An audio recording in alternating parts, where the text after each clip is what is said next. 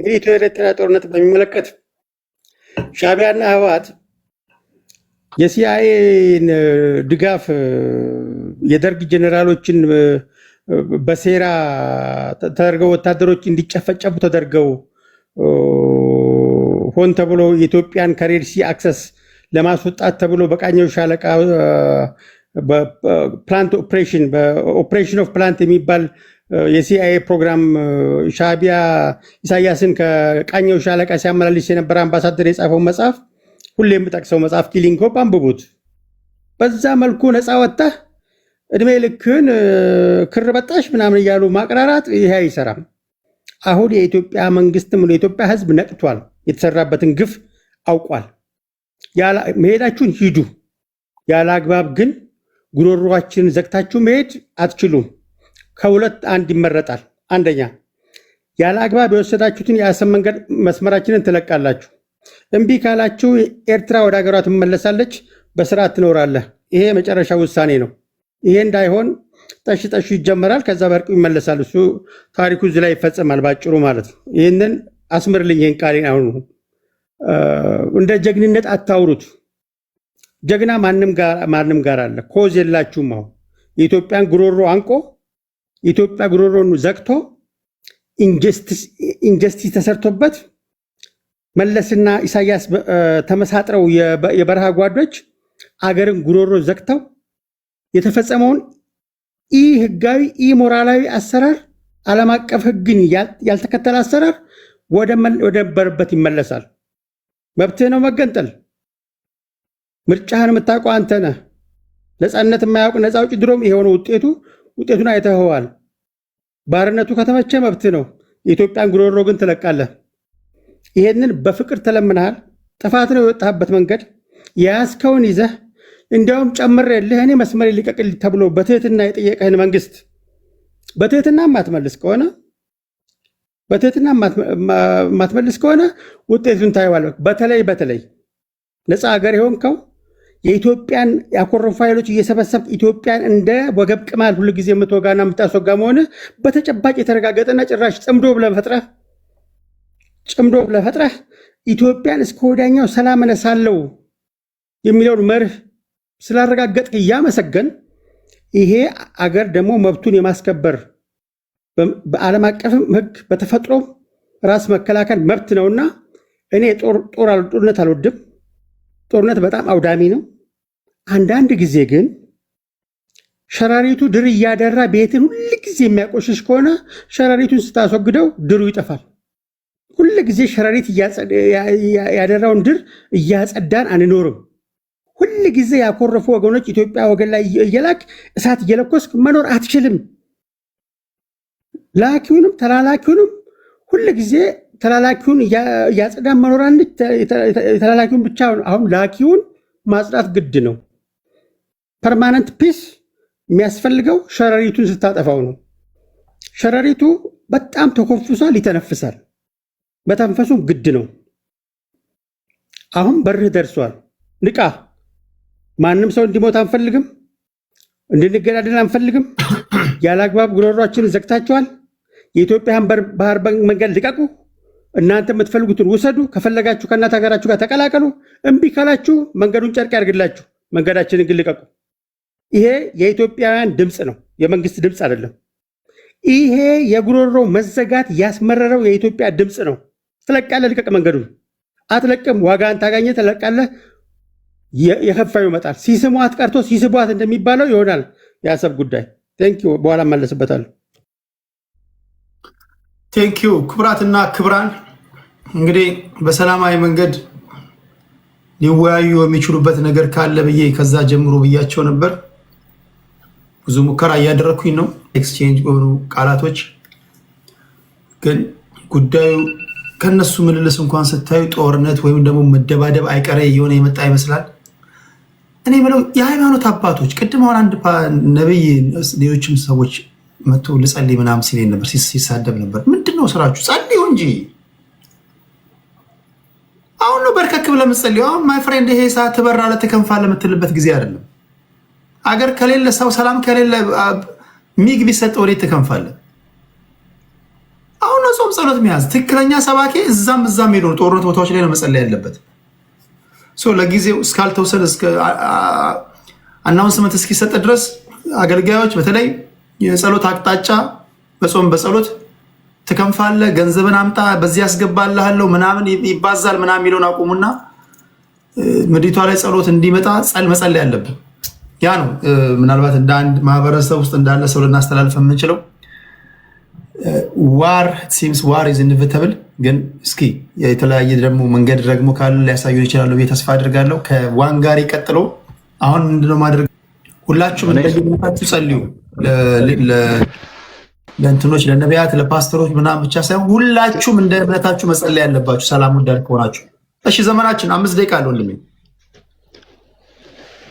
እሺ ስንቱን ተነሱ ስንቱን መልሰ ትዕግስቱን ይስጠን ነው የሚባለው። ለማንኛውም ከበላይ ከሚለው ልጀምር። እንደው ድፍን ያለ ገዳይ አንተም ገዳይ ከሌ ገዳይ ማን እንደሆነ እኮ ይታወቃል። ማንም ራሱ ደግሞ መልሶታል። እኛ ጦርነት ቢካሄድም የዓለም ዋንጫ እናያለን፣ የአፍሪካ ዋንጫ እናያለን። አዎ የጥይት ድምፅ የማያውቅ ሰው ስለ ጦርነት የማያውቅ ሰው ያው ሰበካው ይሄ ነው። ይሄንን ነው የምልህ። ከታሪክ መማር አይችሉም የምልህ ይሄንን ነው ቴዲ። አብዛኞቹ አሁን እነዚህ ክላሽ ሰተኑ ግቡ ተዋጉ ብትላቸው የሉም፣ ድራሻቸው አይገኝም። ግን ነው አንጋሪም ፉከራቸው በቃ የትየለሌ ነው። ይሄ የስነ አእምሮ ውጊያ እኛ ሰልችቶናል። ኢህአዴግ 27 ዓመት 40 የሚሆኑ የተቃዋሚ እያለ እየፈለፈለ እዛ ወጣቱን ብሬኖሽ እያደረገ በብዙ ነገር በቃ ኢትዮጵያ እንዲህ እድገቷ በዚህ ወጥቶ ገብቶ ምናምን የሰው ጉሮሮ ዘግቶ ማለት ነው። እንደ ኢትዮጵያ ነው ማውራ። እንደ መንግስታት የነበሩት መንግስታት ያንን አድርገዋል። ግን ሁል ጊዜ ወደ ኢትዮጵያ ሲመጣ ቪክቲም የሚጫወቱት ነገር አለ። አክቲቪስቶቹ በቃ እነሱ አንደኛ ነገር ዲሞክራሲ ያላት ፓርላማ ያላት ህገ መንግስት ይሄንን እኮ ሰዎቹን ማቀፍ ያለብህ እኮ አንተ ነህ። አገሪቱን የምታስተዳድረው አንተ ነህ እንጂ ሻዕቢያ አይደለም ወይ ግብጽ አይደለም። እና ሰዎቹን በእንደዚህ አይነት ነገር ውሸትና ስንቅ እያደር ይቀላል ይባላል። ቀደም ዋንጋሪ አንድ ነገር አንስቷል። አቶ ገዱ እንዲህ አሉ። አቶ ገዱ እንዲያውም ዛሬ ክሊርሊ ነው ያስቀመጡት። ኢሳያስ ጋር ሄድን መጀመሪያ ነገር ሁለቱንም የሚወክል መልእክት ነው የላከው እንጂ አንተ እንደዚህ ስላረክ የሚል ነገር የለም። እንዲህ እየተባልን ነው እንዲህ እየተደረግን ነውና ጥንቃቄ እናድርግ ነው። ኢሳያስ ክሊርሊ ገዱን ሄደ መስማት ትችላለህ። የኛ ሰራዊት እንደዛ አያደርግም። ካደረገም እስከ ታች መዋቅር ድረስ እኛም እንከታተላለን፣ እናንተም ሰራዊታችሁን ተከታተሉ የሚል መልእክት ነው የሰጠው። ቴዲ ሪዮት ላይ አለ ጥያቄና መልሱ ማንም ሰው ሄዶ ማዳመጥ ይችላል። እና ዊዝን ሚኒት እንደዚህ አይነት ሐሰት ለምን ያስፈልጋል? ፕሮፓጋንዳ እኮ አይነት አለው። መስራት ከፈለክ ፕሮፓጋንዳ ኦኬ ችግር የለውም። ግን ሚዲያ ላይ የተለቀቀ ነገር በእንደዚህ አይነት ደረጃ መዋሸቱ ጥሩ አይደለም። ሁለተኛ ነገር ከታሪክ እንማር ያልኩት እኔ ለምንድን ነው አሁን አንድ የተስማማሁት ነገር ምንድነው ቴዲ ባንተ ዓለም ኃይል ያለው ብቻ ነው የሚኖረው። ኢስ ኦኬ ያስኬደናል። በኃይል ከሆነ 100 ዓመት እንዋጋለን እንጂ ምንም የሚቀየር ነገር አይኖርም። ኦኬ ኤርትራ ህዝቧ ትንሽ ነው፣ ቆዳ ስፋቷ ትንሽ ነው፣ እንደዚህ ነው። ከደርግ በላይ የታጠቀ ሰራዊት እኮ የለም። ከደርግ በላይ የሰለጠነ ውጊያ የእናቴ ቀሚስ አደናቀፈኝ ጀነራሎቹ እንዲሆኑ ሲአይኤ በዚህ ወጥቶ ገብቶ ተዋግቷል። በቃ ተዋግቷል። ውረድ እንውረድ ተባብለዋል። ተዋግቷል እስኪችል ድረስ እስከ መጨረሻ ድረስ ተዋግቷል። መጨረሻ ላይ ደግሞ ጦርነቱ 4 ኪሎ የተጠናቀቀው በሚገርም ሁኔታ ኤርትራ ውስጥ ጦርነቱ ተጠናቆ ካለቀ በኋላ የሻዕቢያ ታንኮች 4 ኪሎ ድረስ ነው የመጡት። በዛን ሰዓት ምንድነው ማድረግ የሚችለው? የኢትዮጵያ መንግስት እስኪ ይኖራት እንበል መንግስት አለ እንበል። በዛ አይነት ኮንዲሽን ውስጥ ምን አይነት ድርድር ሊያደርግ የሚችለው? የአፍሪካ ሀገሮች በቀኝ ግዛት ካርታ የቆሙ ናቸው በሙሉ። ይሄንን ደግሞ ኃይለ ሥላሴ ሊግ ኔሽን ቀርቦ አፍሪካ አንድነት ቀርቦ የፈረመበት ነው የተስማማበት ነው። እና ይሄንን አፍርሰን አሁን አናቅም አንሰማም ጆሮአችን ይደፈን አይነት ነገር የሚያስኬድ ከሆነ እሰየው ችግር የለውም። 140 አይደለም። ለዚህ ለቁጥር ብዛት እኮ የቤተሰብ ምጣኔ የሚያስፈልገው እንጂ እንዲጫጫታ አያስፈልግም። ወደብ ደግሞ ማንም ጉሮሮ አልተዘጋም። ኢትዮጵያ እስከዛሬ ድረስ ወደብ ትጠቀማለች በጅቡቲ በኩል፣ ከፈለገች በሶማሊላንድ፣ ከፈለገች በኬንያ፣ ከፈለገች በኤርትራ። ማንም የከለከላት ሰው የለም። ግን መሬት ቆርሰ ስጠኝ ይሄ የኔ ነው 4000 ዓመት 3000 ዓመት ይሄን ተረት ማንም አይሰማውም። አንድም ኤቪደንስ ልታመጣ አትችልም። ፕሊዝ ይሄ አዲስ ትውልድ ነው መማር ካለበት። ዛሬ ግሎባላይዜሽን ዓለም አንድ ሆናለች። ማአት ሰነድ ማግኘት ትችላለህ። ማአት ሚዲያ አለ፣ ማአት ትንታኔ አለ፣ ማአት ኤክስፐርቶች አሉ ይሄን ነገር የሚያብራሩ እና ተከታተሉ። አይ አንሰማም በቃ እንደ ድመት እየበላን ልጆቻችን እንኖራለን ከተባለ ደግሞ ኢትስ ፋይን ኢትስ ኦኬ ኑ ችግር የለውም እኮ። አሁን እኮ ፉከራው ነው ያስቸገረው። ፉከራ አያስፈልግም፣ ጦርነት አንፈልግም ተባለ። ኦኬ ጦርነት ማትፈልግ ከሆነ ደግሞ የሰው ሀገር አክብር፣ የሚገባህን ጠይቅ። ወደብ ነው፣ ወደብ ደግሞ የትም ቦታ ማግኘት ትችላለህ። ኤርትራ እንዲያውም ሲጀመር ሰነዶቹን አንብቡ። የኤርትራ መንግስት ሰነዶች፣ የኤርትራ ህዝብና መንግስት ሰነዶችን አንብቡ። 1991 በብር ተጠቀሙ ነው የተባለው፣ በዶላር እንኳን አይደለም፣ በብር በአገሪቱ ካረንሲ ተጠቀሙ ነው የተባለው። ግን የነበረው ስርዓት ኤርትራ ከሚበላ ጅቡቲ ብትበላው ይሻለኛል ለነሱ አልሰጥም ብሎ በአደባባይ የተናገረው ነው። በስብሰባ ላይ ሰነድ አለ፣ ዶክመንቱ አለ፣ ቪዲዮ አለ፣ ሪከርዱ ተቀምጧል። ያንን ያደረገ መንግስት ነው፣ መንግስታችን አይደለም። መንግስታችሁ ነው እንደዛ ያደረገው እና ይሄንን ሁሉ ደምስሶ ረግጦ አይ በቃ አካኪ ዘራፍ እኛ እንዲሆነን ጉሮሯችን ተዘግቶ ማነው ጉሮሮ የተዘጋው? ለምን የት ነው የተዘጋው? አሁን በጅቡቲ ተጠቀምክ አይደል እንዴ? ጅቡቲ ሄደ ለምን ይሄን አትጠይቅም አታደርገውማ። ግን ኤርትራ እስከ መጨረሻ ግብፅን አይደለም ከቻለች ለምን ሩሲያን፣ ቻይናን፣ አሜሪካን አምጥታ ራሷን መከላከል አለባት ብዬ አምናለሁ። ኦኬ አንተም እንደዛው ደርግ ሩሲያ ሄዶ ማአት መሳሪያ ገዝቶ ነው ሲመጣ የነበረው። አብይ አህመድም የኢሚሬትን ድሮን እየተጠቀመ ነው፣ ህዝቡን እየጨፈጨፈ ነው። በዚህ ጉዳይ እኛ ምንም ነገር አይሰማንም፣ ብትፎክሩ ባትፎክሩ። እና ይሄ ፉከራው ይቅርና መሆን ያለበትን ነገር እንነጋገር። አይ በኃይል ነው የምንሄደው፣ ዓለም በኃይል እየሄደች ነው፣ እኛም በኃይል ነው የምንሄደው ከተባለ ደግሞ 100 ዓመት እንዋጋለን፣ ችግር የለውም። ኤርትራ መሬቱ የሰጠ ነው፣ የተለመደ ነው፣ የነበረ ነው፣ ያለ ነው። ኃይለ ሥላሴ ሞክሮታል፣ ደርግ ሞክሮታል፣ ኢህአዴግ ሞክሮታል። አንተም ናና ሞክር፣ ችግር የለውም። ቴንክ ዩ። እሺ አመሰግናለሁ። ቶሎ ላውራ። ስለ ታሪክ ወንድማችን እያወራ ነበረ። ደስ የሚለው የኛ ሀገር ሰው የኛ ህዝብ ይጠይቃል፣ የሚጠይቀውንም ይመልሳልና አንዱ የኛ ሀገር ሰው ዝንጀሮ መቼ ነው የሚሞተው ብሎ ሲጠይቀው ምን ብሎ መለሰ? በወጣትነቱ የዘለለውን ገደል በስተርጅናው እዘላለሁ ሲል የሚባል ነገር አለ። እንደዚህ አይነት መልስ አለና እኛ ከህዝብ ጋር ችግር የለብኝም። እኔ ከየትኛውም ህዝብ ጋር ዓለም እንዳለ ህዝብ በሀገር ብትጣላ ክርስቲያን ነው የምገለው፣ ሙስሊም ኮንክ እስልምና ነው የምገለው። በሃይማኖት ራስን እያጠፋ ነው። እንደ ሰው ማሰብ ካለብን መልሱ እሱ ነው። ሌላው በታሪክ ከሄድን ደግሞ አሉላ አባ ነጋና አፄ ዮሐንስ፣ አሁን አሉላ አባ ነጋ የሚባል ኤርፖርት አለ ትግራይ ውስጥ ኢትዮጵያ ውስጥ ማለት ነው። ስለዚህ ጉራና ጉንደትን ታውቀዋለህ? ታሪኩን 16 ጊዜ ነው 17 ጊዜ ግብፅን ያሸነፉት አሉላ አባ ነጋና አፄ ዮሐንስ ናቸው። ጉራና ጉንደት ዛሬ የት ነው ያሉት? ኤርትራ ውስጥ ነው። ካስፈለገ እሱ የኛ ነው። ለምን አባቶቻችን የሞቱበት ኤርፖርት መሰራት ያለበት መቀሌ ላይ ሳይሆን ጉራና ጉንደት ላይ ነው። አስፈላጊ ከሆነ እንደዛ ነው የምንሄደው። ታሪክ ከሆነ የምናወራው ታዲያ እኮ የተዋጋው ኤርትራ ነው፣ አሉላ አይደለም። እስኪ አንድ ዝም በል። ስለ ጉራና ስለ ጉንደት ለኔ ልነግረኝ ነው። አንድ ዝም በል። እኔ አንተ ስታወራ እንትን ሰዓቴን እየወሰደብኝ ነው ብራዘር። እሺ ሶሪ። ሌላው ኤርትራ ውስጥ አስመራ ላይ የአሉላ አባ ነጋ ሐውልት በሻቢያ ፈርሷል። ሻቢያ አፍርሶታል። ገና ሲገባ ጠላትነቱ በነገራችን ላይ ቴዲ እኔ ቪዲዮ ልክልሃለሁ፣ ታለቅሳለህ። በተለይ ደግሞ አሁን እኛ በዘር ተከፋፍለን እንጂ ጥቃቅንና አነስተኞች ሚንቁን እናቴ ትሞት ነው የምሬን ነው የምልህ እንጂ ሚንቁን እኛ አንድ ብንሆን ማንም አባቱ የማይደፍረን ህዝቦች ነበርን። ገባ?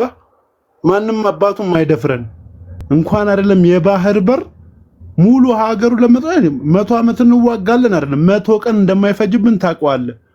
የቀይ ኮከብ ጥሪ ታሪኩን ታውቀዋለህ። እስከ ናቅፋ ተራራ ላይ የነበረውን ከየት እንደተመለሱ ታውቃለህ። 90 ስንት ነው የኢትዮ ኤርትራ ጦርነት ከየት እንደተመለሱ ወታደሮቻችንና ሰዎቻችን ህዝቦቻችን ጀግንነታቸውን ታውቃለህ። ሴራና ስራ ይለያያል። እሱን ተው፣ እሱ አያስፈልግም። እነሱ እዛ ሐውልት ያፈርሳሉ። ጉራና ጉንደት እነሱ ጋር ነው ያለው። እሱን ማስመለስ እንችላለን አስፈላጊ ከሆነ።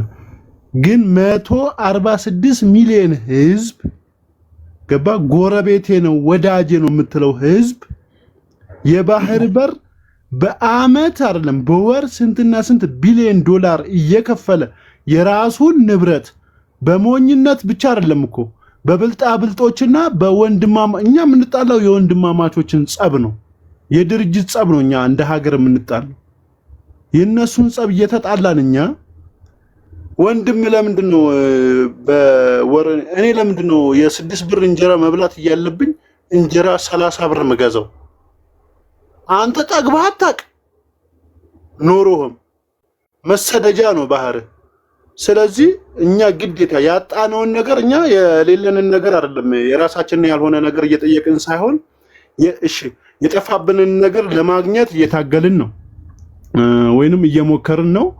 የሻቢያ ትርክት ላይ ደግሞ ቴዲ ቪዲዮ ነው እልክልሃለሁ በውስጥ በኩል ዛሬ ላይ በብሔር ስንከፋፈል አሉ የሆኑ ብሔሮች ሆኖ ከነሱ ጋር እንሰራለን ምናምን የሚሉ መጀመሪያ ሻቢያ እዛ ሲገባ ሀገር ሲመሰረት ትርክት የተጀመረው የአማራ ትርክት የተጀመረው በሻቢያ ነው። በነገራችን ላይ እኔ ቪዲዮ ያሳያሉ። ድራማ ይሰራ ነበረ በአማራ ህዝብ ላይ ድራማ የሚሰራ የነበረው እዛ ነው። እያንዳንዱ ነገር እና ለማያውቅ ነው መታጠን ያለብህ እንጂ አሁን ብዙዎቹ ስለማያውቁ ስለማያነቡ ታሪክን ስለማያገናዝቡ ዝም ብሎ ግር ብሎ ይስሙ። እንደ ሀገር ግን እኛ አንድ ብንሆን ማናባቱ ነው የሚደፍረን? ጭራሽ እዚህ ጭጋውን የጦጣ ገንበር የሚያክል መሬት ይዞ አሁን ከኛ ጋር አሷል። እኔ ድብረኛና ሬትሙ እሺ። በነገራችን ላይ የጃንሆይ ከስልጣን ከወደቁ በኋላ የዚያድ ባሬ ሰራዊት ኢትዮጵያ ተዳክማለች ብሎ ባሰበበት ሰዓት ኢትዮጵያን ለመወረር ታላቋን ሶማሊያን ለመፍጠር በሚል በምስራቁ በኩል መጣ። የዛን ጊዜ ኢትዮጵያውያን ድር ቢያብር አንበሳ ያስር በሚል መለከት ተነፍቶ የዚያድ ባሬን ሰራዊት ገርፈን አባረርን ማለት ነው። ከዛ በኋላ ደርጎች የደርግ ሰዎች የሰጡትን ምስክርነት መጽሐፋቸውን ያነበብኩትን ነው የምነግራችሁ። የምስራቁ ድል በሰሜኑ ይደገማል በሚል ትልቅ የሰሩት ሚስቴክ የነፃ አውጪ በሚል ተቋቁሞ ሻቢያ ነጀባሃ ምናምን እዛ አካባቢ ነበሩ ቲፒኤልኤፍ ምናምን ወታደሩ ሳርፍ ቀጥታ የምስራቁ ድል በሰሜኑ ይደገማል በሚል አመልማለ ጉሜ ህዝቡን አስጨፍረው ወደ ኤርትራ ሄዱ።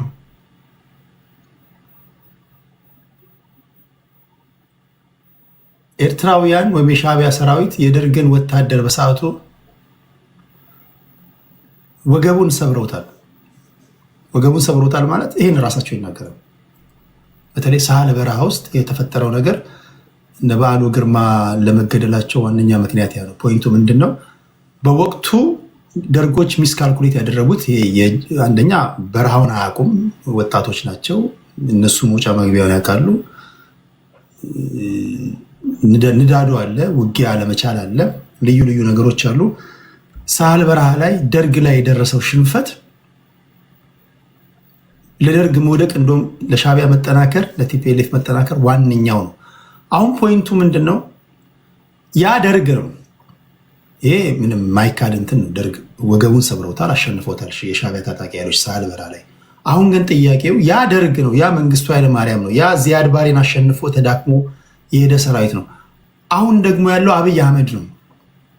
አብይ አህመድ መንግስቱ ኃይለማርያም ነው። አብይ አህመድ መለስ ዜናዊ ነው። ውስጣችሁ ምን ይነግራችኋል? ቁም ነገሩ ጊዜው ሳበቆ መጠበቀኝና ምሽግ በመቆፈር የዛን ጊዜ ሳህል በረሃ ላይ ነው እዛ ውስጥ ገብቶ ማንም ይወጣ የለም ነው የሚባለው። እኔ ሳህል በረሃን አላየሁም፣ ግን የመጽሐፎቻቸውን ሳነብ ሳህል በረሃ ላይ ውሃ እየፈሰሰብ እንኳን መቆም አይቻልም ነው የሚባለው። እነሱ ግን ያለ ውሃ 4 ቀን 5 ቀን ይቆያሉ። ፖይንቱ ግን ምንድን ነው? አሁን ዘመኑ አሁን ያለንበት ዘመን ወርልድ ዌር ኢን ምሽግ የምትቆፍርበት ነው። ከደርግ ጋር እንደተዋጋው የምትዋጋበት ዘመን ነው ወይስ አሁን ባለው ነባራዊ ሁኔታ የዛን ጊዜ እና አሁን ያለው ስታነጻጽሩት ኢቨን ወደ ፓወር ፖለቲክሱ ከመጠን ወደ ማይቀረው በሰላማዊ መንገድ አይሆንም በጉልበት ነው ከተባለ እንዴት ነው የሚሆነው? እሱ የሚሊተሪ ሰዎች መሳሪያ ከመሳሪያ ጋር የሰው ኃይል ከሰው ኃይል ጋር ሬሾ እያወጡ ምናምን ትንታኔ ይሰጣሉ። ይሄ ብዙ ጊዜ በእነሱ የሚደረግ ትንታኔ ነው። ለፖለቲከኞች ግን አሁን ምን ልባችሁ ምን ይነግራቸዋል? አብይ አህመድ መንግስቱ ኃይለማርያም ነው ወይስ ከመንግስቱ ኃይለማርያምም ከመለስ ዜናዊም የተማረ ነው? አብይ አህመድ ምሽግ እየቆፈረ የሚዋጋ ነው ወይስ ሂውማን ቨርሰስ ማሽን ወይም ደግሞ በማሽን የሚዋጋ ሰው ነው? ምንድን ነው የሚያሳያችሁ? ለአንድ ሰው አንድ ድሮን እያዘጋጀ ያለ ሰው ነው የሰውዬ። ያውም ደግሞ አጥፍቶ ጠፊ ድሮኖች እየገጣጠመ ያለ ሰውዬ ነው። ሰውየው 4 ኪሎ የገባ ሰዓት ነው በነገራችን ላይ መዘጋጀት የጀመረው። ዛትስ ዋይ ብዙ ጊዜ ስናገር አንዳንድ ጊዜ አሁን ካሉ ተቃዋሚዎች ሰውየው ለሻዕቢያዎች ፌርነስ እንደተነተንኩት በእኔ እይታ አሁን ካሉ ተቃዋሚዎችና በአብይ መካከል የ10 ዓመት ጋፕ አለ ያልኩት ትዝ ይላችኋል። አብይ እኮ ገና ወደ ስልጣን በመጣ ሰዓት ነው ድሮኖችን ማዘጋጀት የጀመረው። ይህ ሰውዬ ምን እያሰበ ነው? እኛ ሰዎች ስለ ቲፒኤልኤፍ በሚያወሩ ሰዓት ይሄ ሰውዬ ሚሊተሪን ያጠናክራል። ድሮን፣ ሚግ፣ የተለያዩ አድቫንስድ የሆኑ መሳሪያዎች ሌስ የሰው ኃይል የማያስፈልጉ ውጊያዎችን ወይም በማሽን ዘመኑ እንደውም የሆነ ፓርላማ የህዝብ ተወካዮች ምክር ቤት ላይ የኢራንን ምን ሆናችኋል እናንተ እኮ ብሏል። ያማችኋል እንዴ? የኢራንንና የእስራኤልን ጦርነት አላያችሁም እንዴ? ጆርዳንን እኮ አልፎ መሀል ላይ ጆርዳን አለች። ጆርዳን አትነካም። ውጊያው እኮ በተልእኮ ሆኗል እኮ ከቴል አቪቭ እና ቴህራን እኮ ነው። አሁን እኮ እዚህ ጋር የደረሰው ዓለም እንደ ድሮኛ ምሽግ እየቆፈርን እኮ ሳህል በረሃ ወይ ውስጥ ለውስጥ የምንቆፍረው ነገር የለም። ምን ሆናችኋል? ዘመኑ እኮ ተቀይሯል እያለ ያለ ሰውዬ በአግባቡ ስተነትኑት እንደባደብ ብትሉ ልታሸንፉት የምትችሉት አይነት ሰው ነው። እሱም ከግምት ማለት ይሄ በሲሪየስ በሆነ ትንታኔ ያስፈልገዋል። ኖት ይሄ ከጥላቻ ወይም ከእልህ ካለመቀበል ምናምን ሳ አንዳንዴ ለምሳሌ ልክ ለሻዕቢያዎች እንደሰጠው ትንታኔ ማለት ነው። ሳህል በረሃ ላይ ደርግን ውሃ አሰኝቶ አሸንፈዋል። ያልተነገረው ታሪክ ምንም ጥያቄ የለው። ሳህል በረሃ ላይ እጅ ለእጅ ተያይዘህ የምትገባ ከሆነ ለሳህል በረሃ የሚመች ድብድብ ነው መምረጥ ያለብህ። የሚመች ታሪክ የምትማረው እኮ ያለፈ ሚስቴክን ላለመድገምም ነው። እንደዛ አይደለም። ያለው ነባራዊ ሁኔታን ስተነትኑት ወደ ፓወር ፖለቲክስ ስትመጡ አብይ የሚሸነፍ አይነት ሰው ነው። እሱንም እንድትነኩ ስለፈለኩ ነው። ከልብ ነው ማመሰግነው። ከበላይ ያቀጥ ዘመነ የተናገረው ነገሮች አሉ። ሁለት ተቃራኒ ነገሮችን አንስቷል ባንዴ። ከታሪካችን እንማር፣ ጦርነት ድጋሚ አያስፈልገንም አለ። ሁለተኛ ደግሞ እኛ ጋር ምንም ነገር የላችሁም፣ ሌላ ቦታ ሄዱና ጠይቁ የምትፈልጉትን ነገር፣ እኛ ጋር ከመጣችሁ እንመታችኋለን ይላል። እኛ አንተን የምንጠይቀው እኮ የአንተ የሆነ ነገር የእኛ የሆነ ነገር ነው የምንጠይቀው። ኢትዮጵያ ኤርትራ ጋር ያላት ሀብት አላት፣ የራሷ ሀብት። የኢትዮጵያ መንግስትና የኢትዮጵያ ሕዝብ ወስኖ ያልሰጠው ሀብት አለ እዛ ጋር። ያንን ነው እንጂ እየጠየቅን ያለ ነው። ሌላ የሰውን ለመውሰድ ወይ የተለየ ነገር እኮ አይደለም። አሰብ ወደብ የኢትዮጵያ እንደሆነ ግልጽ ነው። አንተም ታውቀዋለህ በእርግጠኝነት። ዘመን ራሱ ቤተሰቦችም አንተም በእድሜ ደርሰህ ሊሆን ይችላል የምታውቀው ነገር ነው። የኢትዮጵያ ሕዝብ ባልወሰነበት ሁኔታ የኢትዮጵያ መንግስት ባልተቋቋመበት ደረጃ ነው የአሰብ ወደብ የተሰጠው። የኤርትራ መንግስት አሁን ያለውን አቋም ባይኖረውና ፖዚቲቭ አብሮ መስራት የሚያስብ መንግስት ቢሆን ዓለም ላይ ካሉ መንግስታት ሁሉ እንደ ኢትዮጵያ መንግስት ወይም እንደ ኢትዮጵያ የሚጠቅማት ሀገር አልነበረም። ኤርትራን በምንኛውም መልኩ በኢኮኖሚካሊም፣ በሚሊታሪም፣ በሁሉም ነገር ኮኦፕሬሽን ቢኖር የምታስቡትን ሲንጋፖር መሆን ትችሎ ነበረ።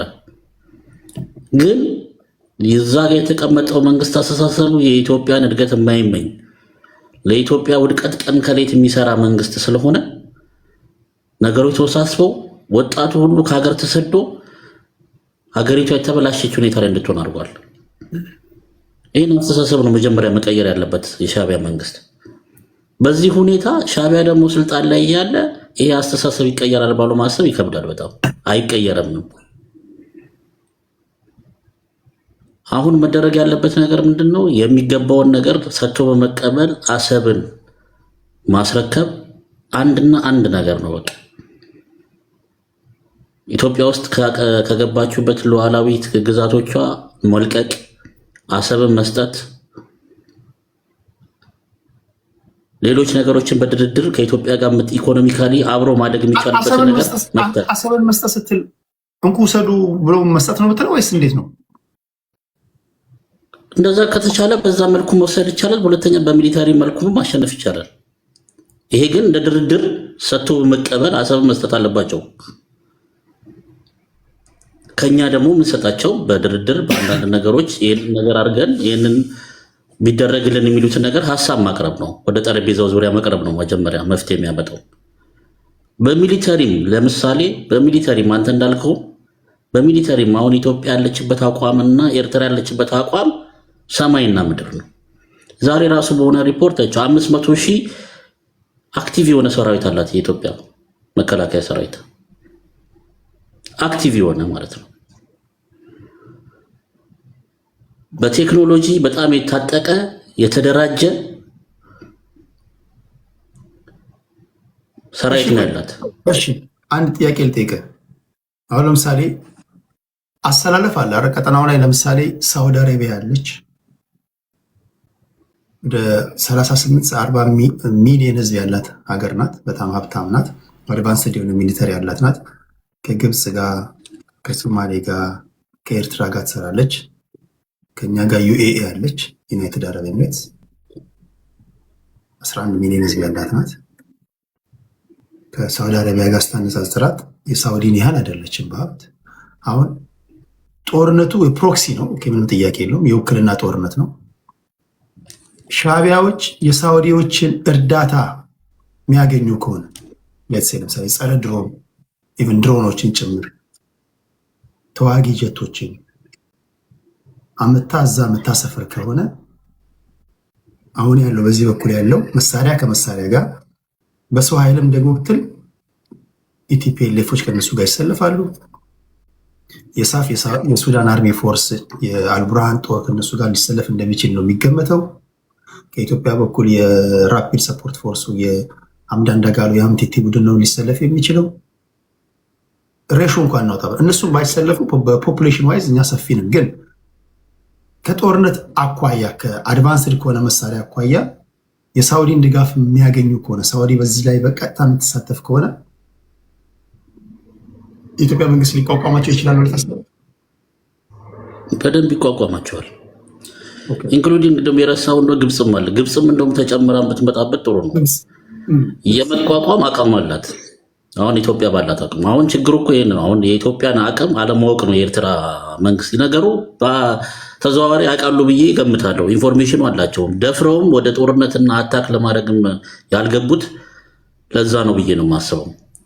የተለያዩ አማጺ ቡድኖችን የሚደግፉትም የኢትዮጵያን መከላከያ ሰራዊት በተለያየ ሁኔታ ዛሬ እንደውም የወጣውን መግለጫ የተቆነ ከአማራ ክልል መንግስት እኛ የምንዋጋው የኤርትራን የወያኔንም ነው። ለምን በየዞኑና በየወረዳው ቢዚ አድርጎ መከላከያ ሰራዊቱን ነገሮችን ለመሳብ ነው የሚል ነገር አለ። እንደዚህ አይነት ቴክኒክ የሚጠቀሙት ያው የመከላከያ ሰራዊትን አቅም ቀጥታ ከነሱ ጋር ቆሙ ዳይሬክት ፋይት ቢያደርግ ምን አይነት ዳሜጅ እንደሚመጣባቸው ያውቃሉ። አሁን ያለውን የመከላከያ እድገትና ደረጃ ስለሚያውቁት ነው እነሱ። በእርግጠኝነት እነሱ ያላቸው የመከላከያ ደረጃና የቴክኖሎጂ ደረጃ ከኢትዮጵያ ጋር አይወዳደርም። ኢንክሉዲንግ ሳውዲ አረቢያ እንዳልከው ጣልቃ ብትገባም የተለያዩ ሀገሮች ጣልቃ ቢገቡ ማለት ነው። ከኢትዮጵያ ሳይድም የሚጠቀሙ የሚቆሙ ኃይላትም ይኖራሉ በተዘዋዋሪ መልኩ ማለት ነው። ያም ሆኖ ጦርነቱ በጣም ኢስካሌት የሚያደርግና በጣም ትልቅ ጦርነት ነው የሚሆነው። በዚህ ውስጥ ግን ኢትዮጵያ ድል አድርጋ እንደምትወጣና የሚገባትን ቦታ እንደምታገኝ እርግጠኛ ነኝ። አመሰግናለሁ ቴዲ። ቴንኪው። ዛሬ በወጣው ቅድም አነብላችኋለሁ ብዬ የረሳሁት የአማራ ብሔራዊ ክልላዊ መንግስት የጸጥታ ቢሮ ያወጣውን መግለጫ ሰምታችኋል ብዬ አስባለሁ። እየተዋጋን ያለነው ከመንገድ ጠራጊው ጽንፈኛ ጋር ብቻ ሳይሆን ከወያኔ ሻዕቢያ ጋር መሆኑን ህዝባችን እውነታውን ማወቅ ይኖርበታል። እዚህ ጋር የተሰነቀረው ቃል መንገድ ጠራጊው ፋኖን ለማለት ነው፣ ኦነግን ለማለት ነው፣ ቲፒኤልኤፍን ነው። ቲፒኤልኤፍን እንዳትሉ እየተዋጋን ያለነው ከመንገድ ጠራጊው ጽንፈኛ ጋር ብቻ ሳይሆን ከወያኔ ከሻዕቢያ ጋር ተብሏል። ስለዚህ ማንን ለማለት ነው? ኦነግ እንዳትሉ ከኦነግ ጋር ግን ፋኖን ለማለት ነው። ፋኖች በአማራ ብሔራዊ ክልላዊ መንግስት የጸጥታ ቢሮ መንገድ ጠራጊ ተብላችኋል። ለዚህ ምላሽ ያስፈልጋል። መግለጫ ማውጣት አለባቸው። የሆነው ነው እየተዋጋን ያለነው ከመንገድ ጠራጊው ጽንፈኛ ቡድን ጋር ብቻ ሳይሆን ከወያኔ ሻዕቢያ ጋር መሆኑን ህዝባችን እውነታውን ማወቅ ይኖርበታል ብለው መግለጫ ወጥተዋል። አጠር ያለች መግለጫ ናት። ላንብብላችሁ። አሁን በአማራ ክልልም ሆነ በመላው ኢትዮጵያ ውስጥ የሚካሄዱ ግጭቶች አመራር የሚሰጣቸውና ሎጂስቲክ የሚቀርብላቸው ከመቀሌና አስመራ መሆኑን ህዝባችን ማወቅ አለበት። ወልቃይት ጠለምትና ራያን ለመውረር የቋመጠው ቡድን ለውስጥ ባንዳው ጽንፈኛ ኃይል የተሰጠው ተልዕኮ ከውስጥ ግጭት በመፍጠር ወደ ድንበር የሚሄደው መከላከያ ሰራዊትን በየዞንና ወረዳው ተወጥሮ እንዲቆይ በማድረግ ያለምንም ከልካይ ወልቃይት ጠለምትና ራያን መቆጣጠር ነው።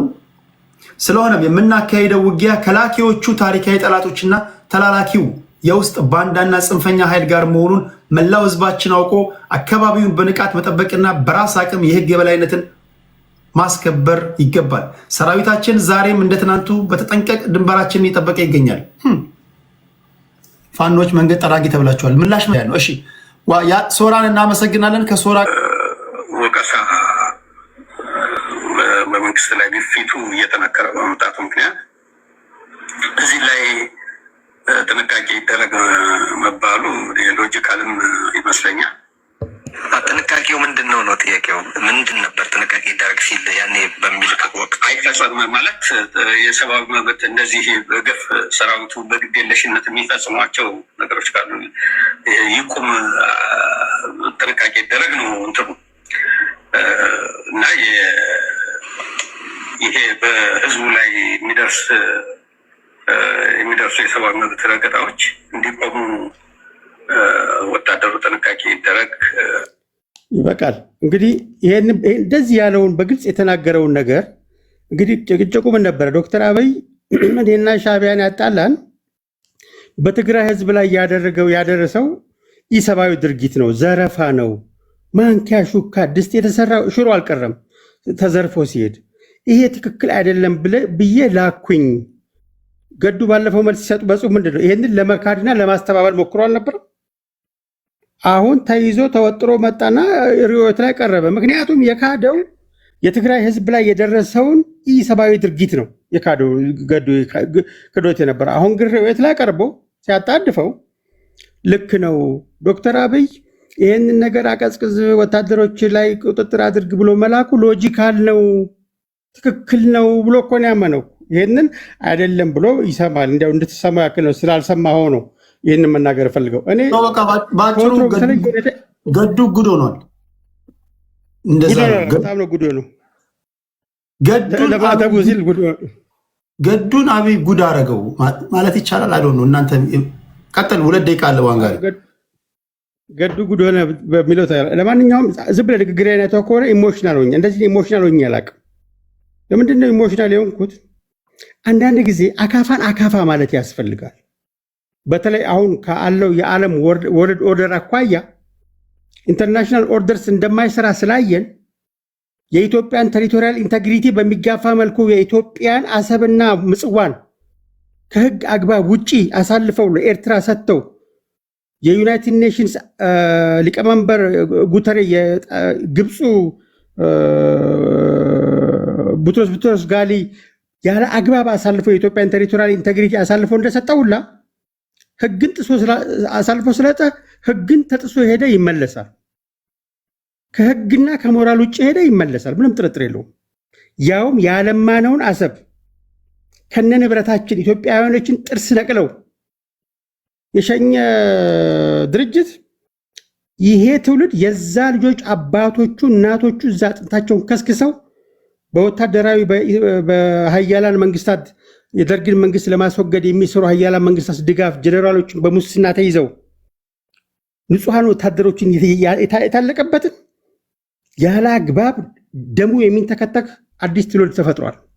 ጉሮሮ መታነቁ ብቻ አይደለም፣ እናት አባቱ እዛ ጋር ተከስክሷል። ግፍ ነው የተሰራው። ይሄንን ግፍ የማይቀበል ኤርትራዊ ጀግንነት አይደለም፣ አንዋጋም አይደለም። እኔ መርቼ ግንባር እንገናኛለን። እዛ የወደቀው አባቴ እናቴ ወንድሜ ይፋረደኛል። እስካሁንም ዝም የተሰኘ ነው። ልብ ተገዛላችሁ የትም አይሄድም በሚለው ስሜት ነበረ። ልክ ነው። መለስ ዜናዊ በኤርትራውያን ላይ በሰራው ግፍ 20 ዓመት ከዓለም ተገላችሁ ግድ የለም ለእርቅ ሲባል ይከፈታ ብሎ ያስፈታችሁ ዶክተር አብይ ነበረ።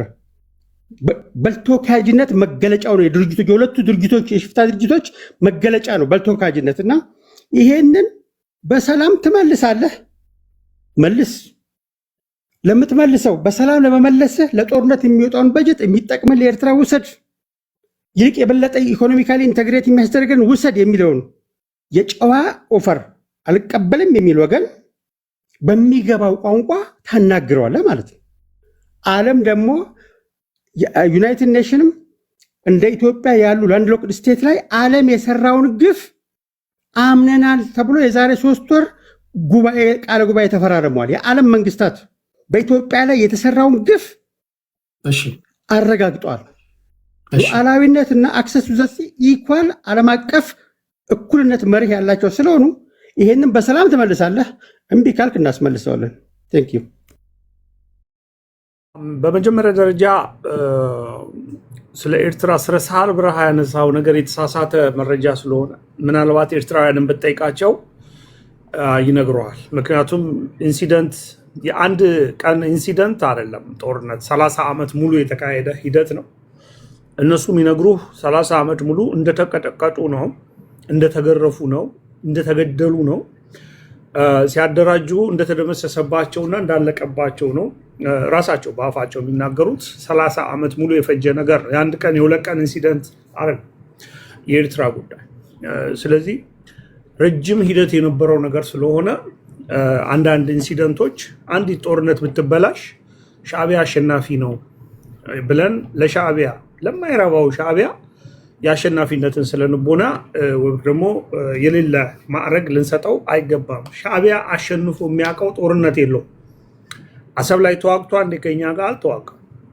ሰራዊት በሌለበት የገባው አስመራን ተዋግቷል የሚያውቀው። በውስጣችን በነበረ ችግር ምክንያት ቅድም ወንድሜ ሲል እንደነበረው በ1981 መፈንቅለ መንግስት ሙከራ በተደረገበት ጊዜ ደርግ የራሱን ጀነራሎች ሰብስቦ ገሎ አገሪቷ ምንም አይነት የጦር መሐንዲሶቿን ያጣችበት የአየር ኃይሏን የምድር ኃይሏን አዛዦች በሙሉ ያጣችበት እና መሪ ያልነበረው ጊዜ ስለነበረ ያ ነገር ነው እንጂ ከዛ ውጪ ኢትዮጵያን አሸንፈው የኢትዮጵያን ሰራዊት ለምንድን ነው የተረሸኑት? በመፈንቅለ መንግስቱ ሙከራ ምክንያት። በዛ ሰዓት ከተረሸኑት መካከል በህይወት የተረፈው ፋንታ በላይ በቃ ዊካንት አለ እኮ ተናገረ። ድምፁን አሁን ላሰማ ይችላል። ስላልቻለን መደራደር ይፈልጋሉ። ይሄኛው እዚህ ከኛ በኩል ደግሞ መደራደር አለብን፣ መለሳለስ አለብን። ካልሆነ ሀገር እያጣን ነው አለ ፋንታ በላይ። ላሰማ ይችላል። አሁን ገብቶኛል። እነሱ እኮ አሉ ሲሉ ተገደሉ፣ እነሱ ተገደሉ። ስለዚህ ራሱን ደርግ እኮ ትክክል ነው እያልኩ የራሱን ሰው ገደለ። የሀገሪቷን ጠባቂ ጀነራሎች ገደላቸው። ስለዚህ ከዛ በኋላ የሚጠብቀው ጠፋ። ራሱን ደርግ ኖ የተገደሉት ለምንድን ነው? መፈንቅለ መንግስት ሞክረው ነው። መፈንቅለ መንግስት ያደረጉት ለምንድን ነው? ስርዓቱን ተቃውሞ እንጂ በኤርትራ ጉዳይ አይደለም። ፋንታ በላይ ምን አለ መሰለህ፣ ከመገደሉ በፊት የሰጠው ኢንተርቪው ላይ አልቻልናቸውም፣ በቃ ስላልቻለን አገር እያጣን ስለሆነ የሆነ ነገር አድርገን አገር ማዳን አለብን። ስለዚህ እነዚህ ሰዎች ባርጌኒንግ ፓወራቸውን አጠንክረዋል፣ እየገፉ መጥተዋል። ለድርድር መቀመጥ አለብን፣ በክብ ጠረጴዛ ላይ ተነጋግረን እነሱ ፈቃደኛ ናቸው፣ እኛንን እምቢያን ነው። ለዛ ነው መፈንቅለ መንግስት ያደረግነው ነው እኮ የሚል። አይ አይደለም ቴዲ፣ አንደኛ ያልቻላቸው ምክንያት ምንድን ነው? መንግስቱ የህዝብ ቅቡልነት ስላልነበረው ተገን እያለው ነው ስለሆነ ነበር ህዝቡ እንጂ በሻዕቢያ ጥንካሬ አይደለም። ስላልቻልን ያለው ጀነራል ፈንታ በላይ ወጣቱ መከላከያ መቀላቀል አይፈልግም። እዛ ጦርነት ላይ ደግሞ ህዝቡ ቅቡልነት ተሰላችቷል። በጦርነቱ ነው ያለው፣ የሻዕቢያ ጥንካሬ አይደለም። እነሱ መደራደር ይፈልጋሉ፣ እኛንን እምቢ ያለው። ስለዚህ መደራደር አለብን አለ እኮ ፋንታ በላይ። ላሰማቸው እኮ መደራደርማ ሁሉ ብሏል። ቴዲ አዳምጠኝ። ምክንያቱ ምንም ይሁን ምን ጀነራሎቹ የሀገር ጠባቂዎች የነበሩ ናቸው። የጦር አዛዦች ናቸው። የጦር መሐንዲሶች ናቸው። እቅድ አውጪዎች ናቸው። እነዛ ጀነራሎች ብቻ ነበሩ ለዛ ሀገር ጠባቂነት የተመደቡ የነበሩ። ስለዚህ እነዛ ጀነራሎች ካጣ በኋላ እስከ 81 ድረስ እነዛ ጀነራሎች ከሚገደሉ ድረስ እኮ ወያኔ ከደደቢት በረሃ ወጥታ አታውቅም። አንድ ቦታ ይዛ አታውቅም። ይኸውልህ ከዛ በኋላ ግን ኢህአዴግ የተመሰረተው መቼ 81 ነው የተመሰረተው። በሴም ታይም ከዛ በኋላ 2 ዓመት ነው የፈጀባቸው ደርግን ለመጣል። ከ81 በኋላ 2 ዓመት ነው አዲስ አበባ ለመድረስ የፈጀባቸው። ዋናው የደርግ መፍረስ ይሄ ነው። ይሄንን ሌላ ጊዜ ቶፒክ ይዘን ነው በደንብ እኔ አስረዳዋለሁ። ችግር የለውም። አስደምጠን ካላችሁ የፋንታ በላይን ድምፅ እዚህ ጋር ስላዘጋጀ ልክ ነህ እኮ እሱን እኔም ሰምቼዋለሁ፣ አውቀዋለሁ። እንዴ እሱን አውቀዋለሁ። እሱ ስተት አይደለም እያልኩ አይደለም። ደርግ እነሱ መግደሉ እነሱ መፈንቅለ መንግስት መሞከራቸው ስተት ነው፣ ስተት አይደለም እያልኩ አይደለም። መገደላቸው ነው ስተቱ። በመገደላቸው ምክንያት ነው እነዛ አድቫንቴጁን ያገኙት ነው እያልኩ ያለው። በመገደላቸው ተቋሚዎች ወይም ተዋጊዎቹ አልጋ በአልጋ ሆነላቸው ማለት። ከሱ በፊት የተገደሉት ሚኒስቴሮች እነ ጀነራል ውብሸት ምናምን በ15 ዓመት ኢትዮጵያ በጠቅላላ መኮንኖች እኮ አልቀዋል እኮ። ኮሎኔል ጀነራል የተባለ በሙሉ ቴዲ ሄዶም ደግሞ ገሏል እንጂ ሄዶም እዛ ጦር ሜዳም ገሏል። መናገር ተጀመረ እንደዚህ ቤት አንድ ቆይ፣ እንደዛ አይደለም። ከዛ ላንተ ሰጣለሁ። ስትዋጋ ልጠቀመው በቂ ደቂቃ አስጣሉ። ስትዋጋ ደርግ መጀመሪያ አልደራደርም ካለ፣ አንድ መንግስት አልደራደርም ካለ ባላንጣዎች እንዲደራደር ማድረግ ከቻሉ ኮንትሮል እያደረጉ ነው ማለት ነው፣ እየሸመቀቁ ነው ማለት ነው። ባርጌኒንግ ፓወር ዳበረ የሚባለው እንደዚህ ነው፣ መንግስትን ስታስጨንቅ ማለት ነው። የበረከት ስምኦንን እንኳን ኢንተርቪው ሰምተህ ከሆነ መጀመሪያ አካባቢ ደርግ ስለመደራደር አስብም፣ ቆይ አንድ ሁለት ምት እንምታዋለንና አንድ ሁለት ምት ስንመታው 1983 ላይ ስለመደራደር እኮ አስበው እኮ እንግሊዝ ሄደዋል እኮ። ግን ቱሌት ፖይንቱ ምንድነው? እነ ፋንታ በላይ ራሱ መፈንቅለ መንግስት ያደረጉት ኢህአዴጎች እየገፉ ማምጣታቸውን ስላዩ ነው። አገር መዳን ስላለባት ነው። በሌላ አባባል ወሳኝ ቦታዎችን ኮንትሮል እያደረጉበት ሸምቀቆ ውስጥ እያስገቡ አስገደዱና ለውይይት ወይም ለድርድር እንድትቀመጥ አደረጉ። ባርጌኒንግ ፓወራቸው ጠነከረ። እንደ መጀመሪያው አልነበሩ። በሌላ አባባል እያሸነፉ ስለመጡ ነው ፖይንቱ። እሺ ወደ አሁን ወደ ተነሳው ጉዳይ ሄድና ይህን ጉዳይ ነገ ወይ ከነገ ወዲያ እናወራለን። አንተ አንድ ነገር የምነግር ምንድን ነው፣ መፈንቅለ መንግስቱ ሴታፕ ነው። በመጀመሪያ ደረጃ እንድታቅ ማለት ነው። ሴታፑ ምንድን ነው? መጀመሪያ መፈንቅለ መንግስቱ ተዘጋጀ። የተዘጋጀውን በራሳቸው በአሜሪካኖች ነው። ሁለተኛ ነገር ደግሞ ያ መፈንቅለ መንግስት ለነ ተስፋዬ ወልደ ስላሴ መረጃውን ሰጥተው መፈንቅለ መንግስት ሊያደርጉባችሁ ነው ብለው መንግስቱን ካላመንክ ዝም ብለ አውሮፕላን አስነሳና ወደኋላ ተመልሰ እረፍ ብለውት ያንን ሁሉ ነገር ነግረው ጀነራሎቹን ሴት አፕ ነው። ተገደሉ፣ ተፈጁ። ያ የአሜሪካኖቹ ስራ ብዙ ታሪክ ይሄ ተጽፏል። በነገር ላይ የአሜሪካ እጅ ካለበት ድንብርብራቸው ወጥቶ አዲስ አበባ ስቴዲየም ላይ ፕሌን ዝም ብሎ እያዞሩ ለምን መሸባቸው? ዋናው የኤርትራ መገንጠልና የኤርትራ ለዚህ ደረጃ መድረስ የሻዕቢያ መጠናከር እና የዓለም አቀፍ ዲፕሎማሲ ላይ ሉዝ ማድረጋችን የቃኘው ሻለቃን ከአሜሪካ ካምፕነት ወስዶ ደርግ መከልከሉ አይደለም እንዴ? ማባረሩ አይደለም እንዴ? አታውቅም? በቃ ማወቅ አለብን። ብዙ ነገር አለ። ቴዲ አስቀምጠውና ወደ ተነሳው ጉዳይ ነው። እሺ ዋናው መነሻ የቃኘው ሻለቃን ከንጉሱ የሰጡትን ለአሜሪካ ካምፕነት እሱን ወስዶ ደርግ አሜሪካኖቹን ከሀገር ማባረሩ ነው ትልቁ ጣቤ የመጣው እንጂ ኢትዮጵያና አሜሪካ በጣም ፍሬንድሊ ካንትሪ ነበሩ ማለት ነው። ይህንን ማወቅ አለብህ። ዋናው በኋላ አሜሪካ ትልቁን ስራ የሰሩት ያስገነጠሉ ምን ያሉም የአሜሪካ ሰዎች እሱ እናየዋል። ኤኒዌይስ አሁን አሁን ወዳለው ሪሰንትሊ ወዳለው ነገር እንምጣና እንግዲህ ኢትዮጵያ ውስጥ ላለው የሰላም መታጣት ትልቁን ስራ እየሰራ ያለው ሻዕቢያ መሆኑን ሁላችንም እናምናለን። እነሱም አይክዱትም። ምንም አላደረግንም የማይሉ እንደ ጀግንነት በየመጡበት በየተገኙበት የሚያወሩት ነው። ችግሩን የሚፈጥሩ ስለምንድን ነው? ራሳችሁን ሰላም ማድረግ አልቻላችሁም፣ ወታችሁ መግባት አልቻላችሁም፣ በክልሎች መንቀሳቀስ አልቻላችሁም፣ ህዝብ እያለቀ ነው፣ እየተራረደ ነው። ስለዚህ ራሳችሁን በራሳችሁ ማኔጅ ማድረግ ባልቻላችሁበት ሁኔታ ለምን ቀይ ባህር ትጠይቃላችሁ? ለምን ወደ አሰብ ወደ ምናምን ትላላችሁ? መጀመሪያ ሰላማችሁን አስፍኑ ነው የሚሉ። ሰላም እንዳታሰፍን ደግሞ ሙሉ በጀት፣ ሙሉ ድጋፍ፣ ሙሉ ጠላት የማሰባሰብ እና ሙሉ ይሄ ዲስተርብ የማድረግ ስራ በሀገር ውስጥ እየሰሩ ቆይተዋል። ማን? ሻዕቢያ ነገር እያደረገ ነው። ሻዕቢያ ነው የሚበጠብጠን፣ ሻዕቢያ ነው የሚከፋፍለን፣ የሚያደራጀን፣ መሳሪያ የሚያስገባው፣ ጥይት እያል የምንልበት አንዱ ምክንያት ምንድን ነው? ሻዕቢያ ለምንድን ነው ከኛ ጋር የተጣባን? ለምንድን የተጣባን? ለምንድን አይላቀቀን? ለምን አይፋታንም ስንል እቺ ወደብ አሰብ በሌብነት የወሰዳት አለች፣ የእሱ ያልሆነች አለች፣ በህግ ማትመለከተዋለች። ሰላም ካገኙ መረጋጋት ካገኙና ትንሽ አንድነት ካገኙ ይጠይቁኛል። ስለዚህ እነሱ የማይጠይቁበትን ሁኔታ መፍጠር አለብኝ። ስለዚህ እነሱ መቼም ዝንተ ዓለሙን የማይጠይቁበት ሁኔታ ይሄንን ወደ በኛ ነው የማይሉበትን ሁኔታ ለመፍጠር እነሱን በችግር ውስጥ አድርገን ማቆየት አለብን የሚል ስትራቴጂ ነው የተከተለው። ስለዚህ እኛን በችግር ውስጥ ለመክተት ሲባል ኦነግን ስፖንሰር ያደርጋል፣ ፋኖን ስፖንሰር ያደርጋል፣ የአንድነት ኃይሎችን ስፖንሰር ያደርጋል፣ ብሔርተኞችን ስፖንሰር ሁሉንም ስፖንሰሩ ማነው? የክብር ልዩ የክብር ስፖንሰሩ ሻዕቢያ። ስለዚህ እዚህ ኢትዮጵያ ውስጥ ያለው ችግር ሁሉ መፍትሄው መነሻው ጽንሰ ሀሳቡ የሚመጣበት እና 24 ሰዓት ውጭ ያለውም ውስጥ ያለውም ተባብረው ተማምነው አንድ ላይ ሆነው ተማምለው እየሰሩ ያሉት በጀት ይዘው ኢትዮጵያን ሰላም ለመንሳትና ለመንሳት የራሳቸውን ሀገር አልምተዋል ወይ? የራሳቸውን ልማት ይሰራሉ ወይ? ኢንፍራስትራክቸር ይዘረጋሉ ወይ? አይሰሩም። ምንድነው የሚሰሩት? ኢትዮጵያን ብቻ ማወክና መበጥበጥና ማገዳደል ነው፣ ማደራጀት ነው፣ በብሔር በምናምን ልዩነት መፍጠር ነው፣ ስፖንሰር ማድረግ።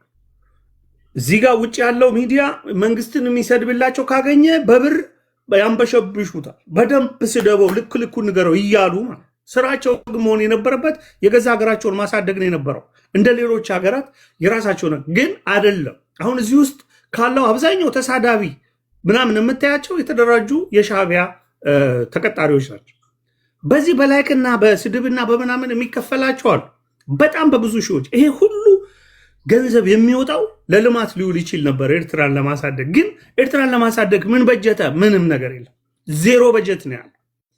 አሁን ምን ማድረግ አለበት? የኢትዮጵያ መንግስት አውጥቶ ሁሉን ነገር ትቶ የራሱን ልማት ስራ ብቻ በመስራት ላይ ነው። እንደ ፈረስ ጋሪ ፊት ለፊቱን ብቻ ልማቱን ብቻ ለስራ ብሎ ትኩረቱ ልማት ላይ።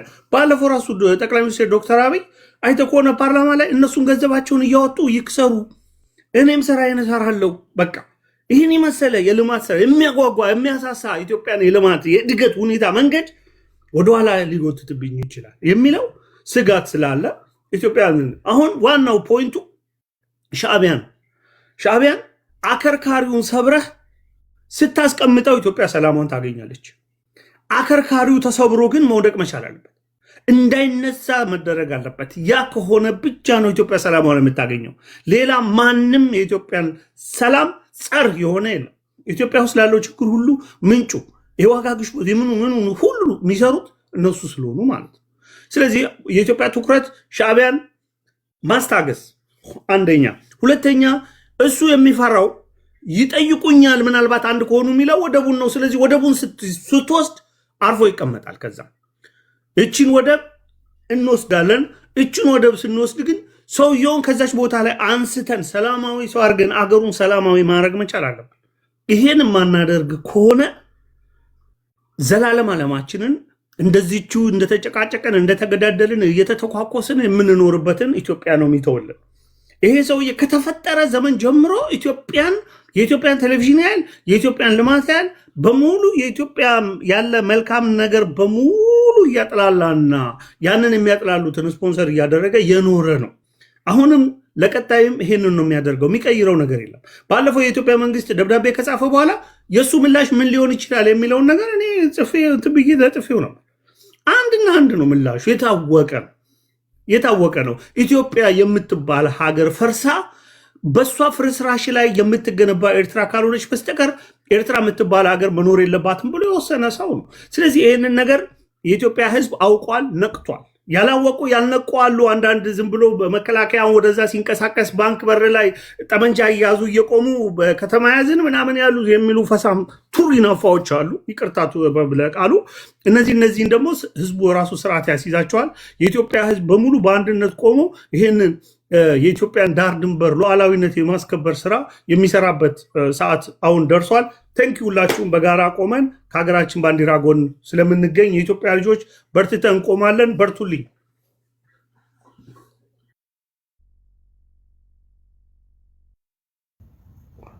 የለም የጋዜጠኞች ማህበር ፕሬዚዳንት ነበር። አንተ በነገራችን ላይ ጋዜጠኛ ነው፣ እንዲሁም ደግሞ የሀገር መከላከያ ሰራዊት የክብር አባል ነው። ክብራትና ክብራን ሀገር መከላከያ ሰራዊት የክብር አባል ነው እና እንደ ኦርዲነሪ ሲቲዝንም እንዳታዩት ለማለት ያለው። እሺ ቴንክ ዩ። ከአንተ ነቀጥሎ የምንሄደው ወደ ማይኮ ነው። ማይካችን ቴዳ እንዴት ነው? ሰላም ነው አለን። አይ ዊሽ እንደው እንደ ኤቲክሱ እና እንደ ባለሙያ የኢትዮጵያ የጋዜጠኞች ማህበር ፕሬዚደንት አንተም ማድረግ ነበር የሚገባቸው። ይህን ደግሞ ለሽንገላ ወይ ለሌላ ሳይሆን ዩሶ ቬሪ በጣም የተረጋጋ ነገሮችን አስተውለህ የምትሄድ እንጂ እንደዚሁ እንደ ወሎ ፈረስ ፊት ለፊት በደመነፍስ የምትሄድ ሰው አይደለም። አሁን ላይ የምናያቸው ፕሬዚደንት የተባሉት ሰዎች ግን አዶን ነው ትንሽ እንትን ነው ስሜታውያኖች ናቸው። በስሜት ደግሞ ሊሰድበኝ በፍጹም አይችልም። የውጭ ሀገር ዜጋ የጠላት ሀገር ሰው አስገብተህ በፍጹም አይሆንም። እኔ ኢትዮጵያዊ ካልሆነ ሰው ጋር ሲጀመርም አላወራም። he has no right። አንዴ የቤቱ ህግና ደንብ እንደዛ አይደለም። አው ግን እኮ አይ ለኤርትራዊ ነገሮ ቴዲዬ የሆነት ስለምወድሽ የወሎ ፈረስ ስድብ አለ፣ የተሳደበው ስድብ አለ።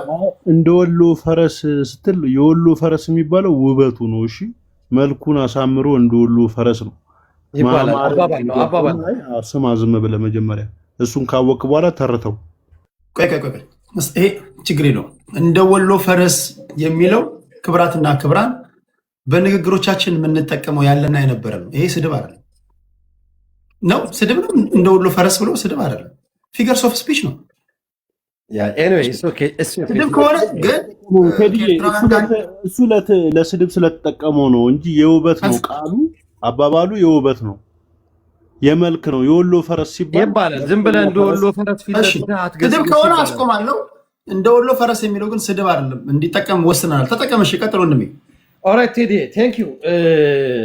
ያ አንዳንድ ጊዜ ታሪክን በደንብ አለማወቅ ኦር ዝም ብሎ በደመ ነፍስ እንትን ማለት ጥሩ አይደለም።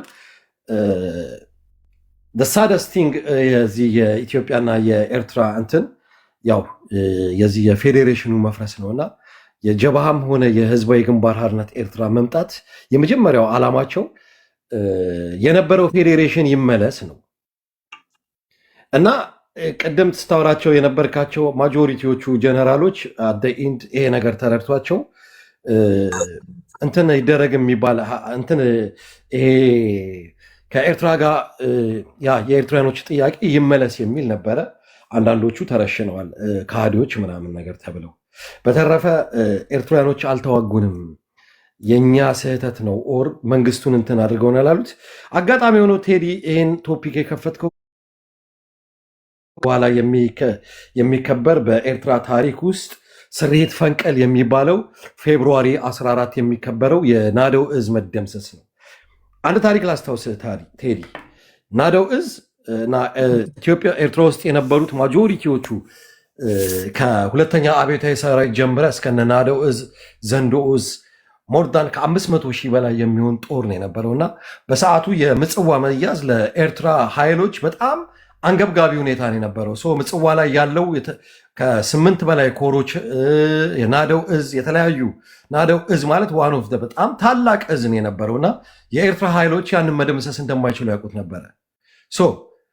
አንድ ነገር ነው ዛሬ ላይ የኤርትራ መከላከያ ሚኒስቴር የሆነው ጀነራል ፊሊጶስ አንድ ነገር ነው እንትን ያደረገው ከሱዳን መሪዎች ጋር ሄዶ ምንድን ያደረገው መሬታችሁን ልቀቁልን፣ ኦልደዌይ እኛ የምንሰራው ኦፕሬሽን አለ።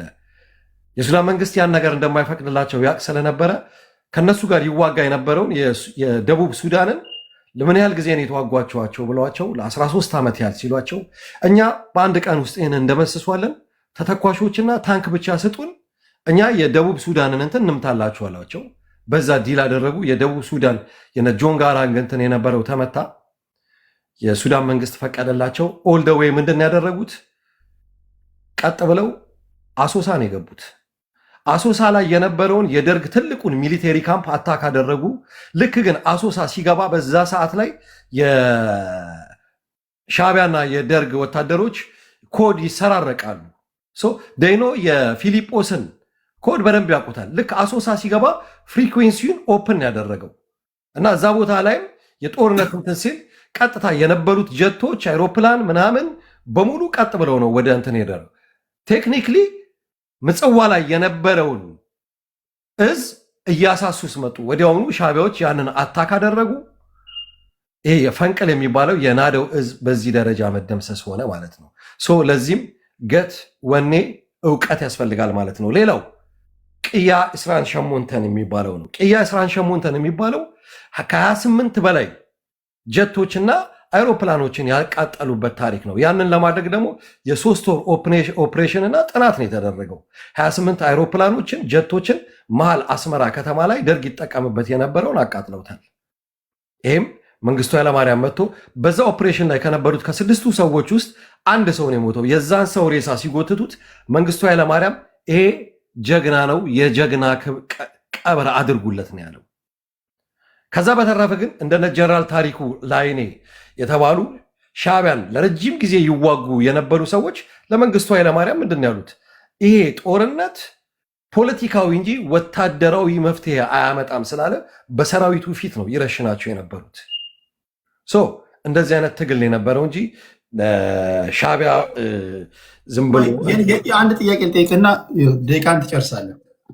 ያ ዘመን የደርግ ዘመን ነው። እሺ ፖዝ አድርግልኝ ደቂቃን ትሄድ። ፖዝ አድርጌዋለሁ። ያ ዘመን የደርግ ዘመን ነው። ይሄ ዘመን ደግሞ የአብይ ዘመን ነው። መንግስቱ ኃይለማርያምን ያሸነፈው ኢሳያስ አፈወርቂ አሁን ያለው በልጁ በአብይ አህመድ ዘመን ነው።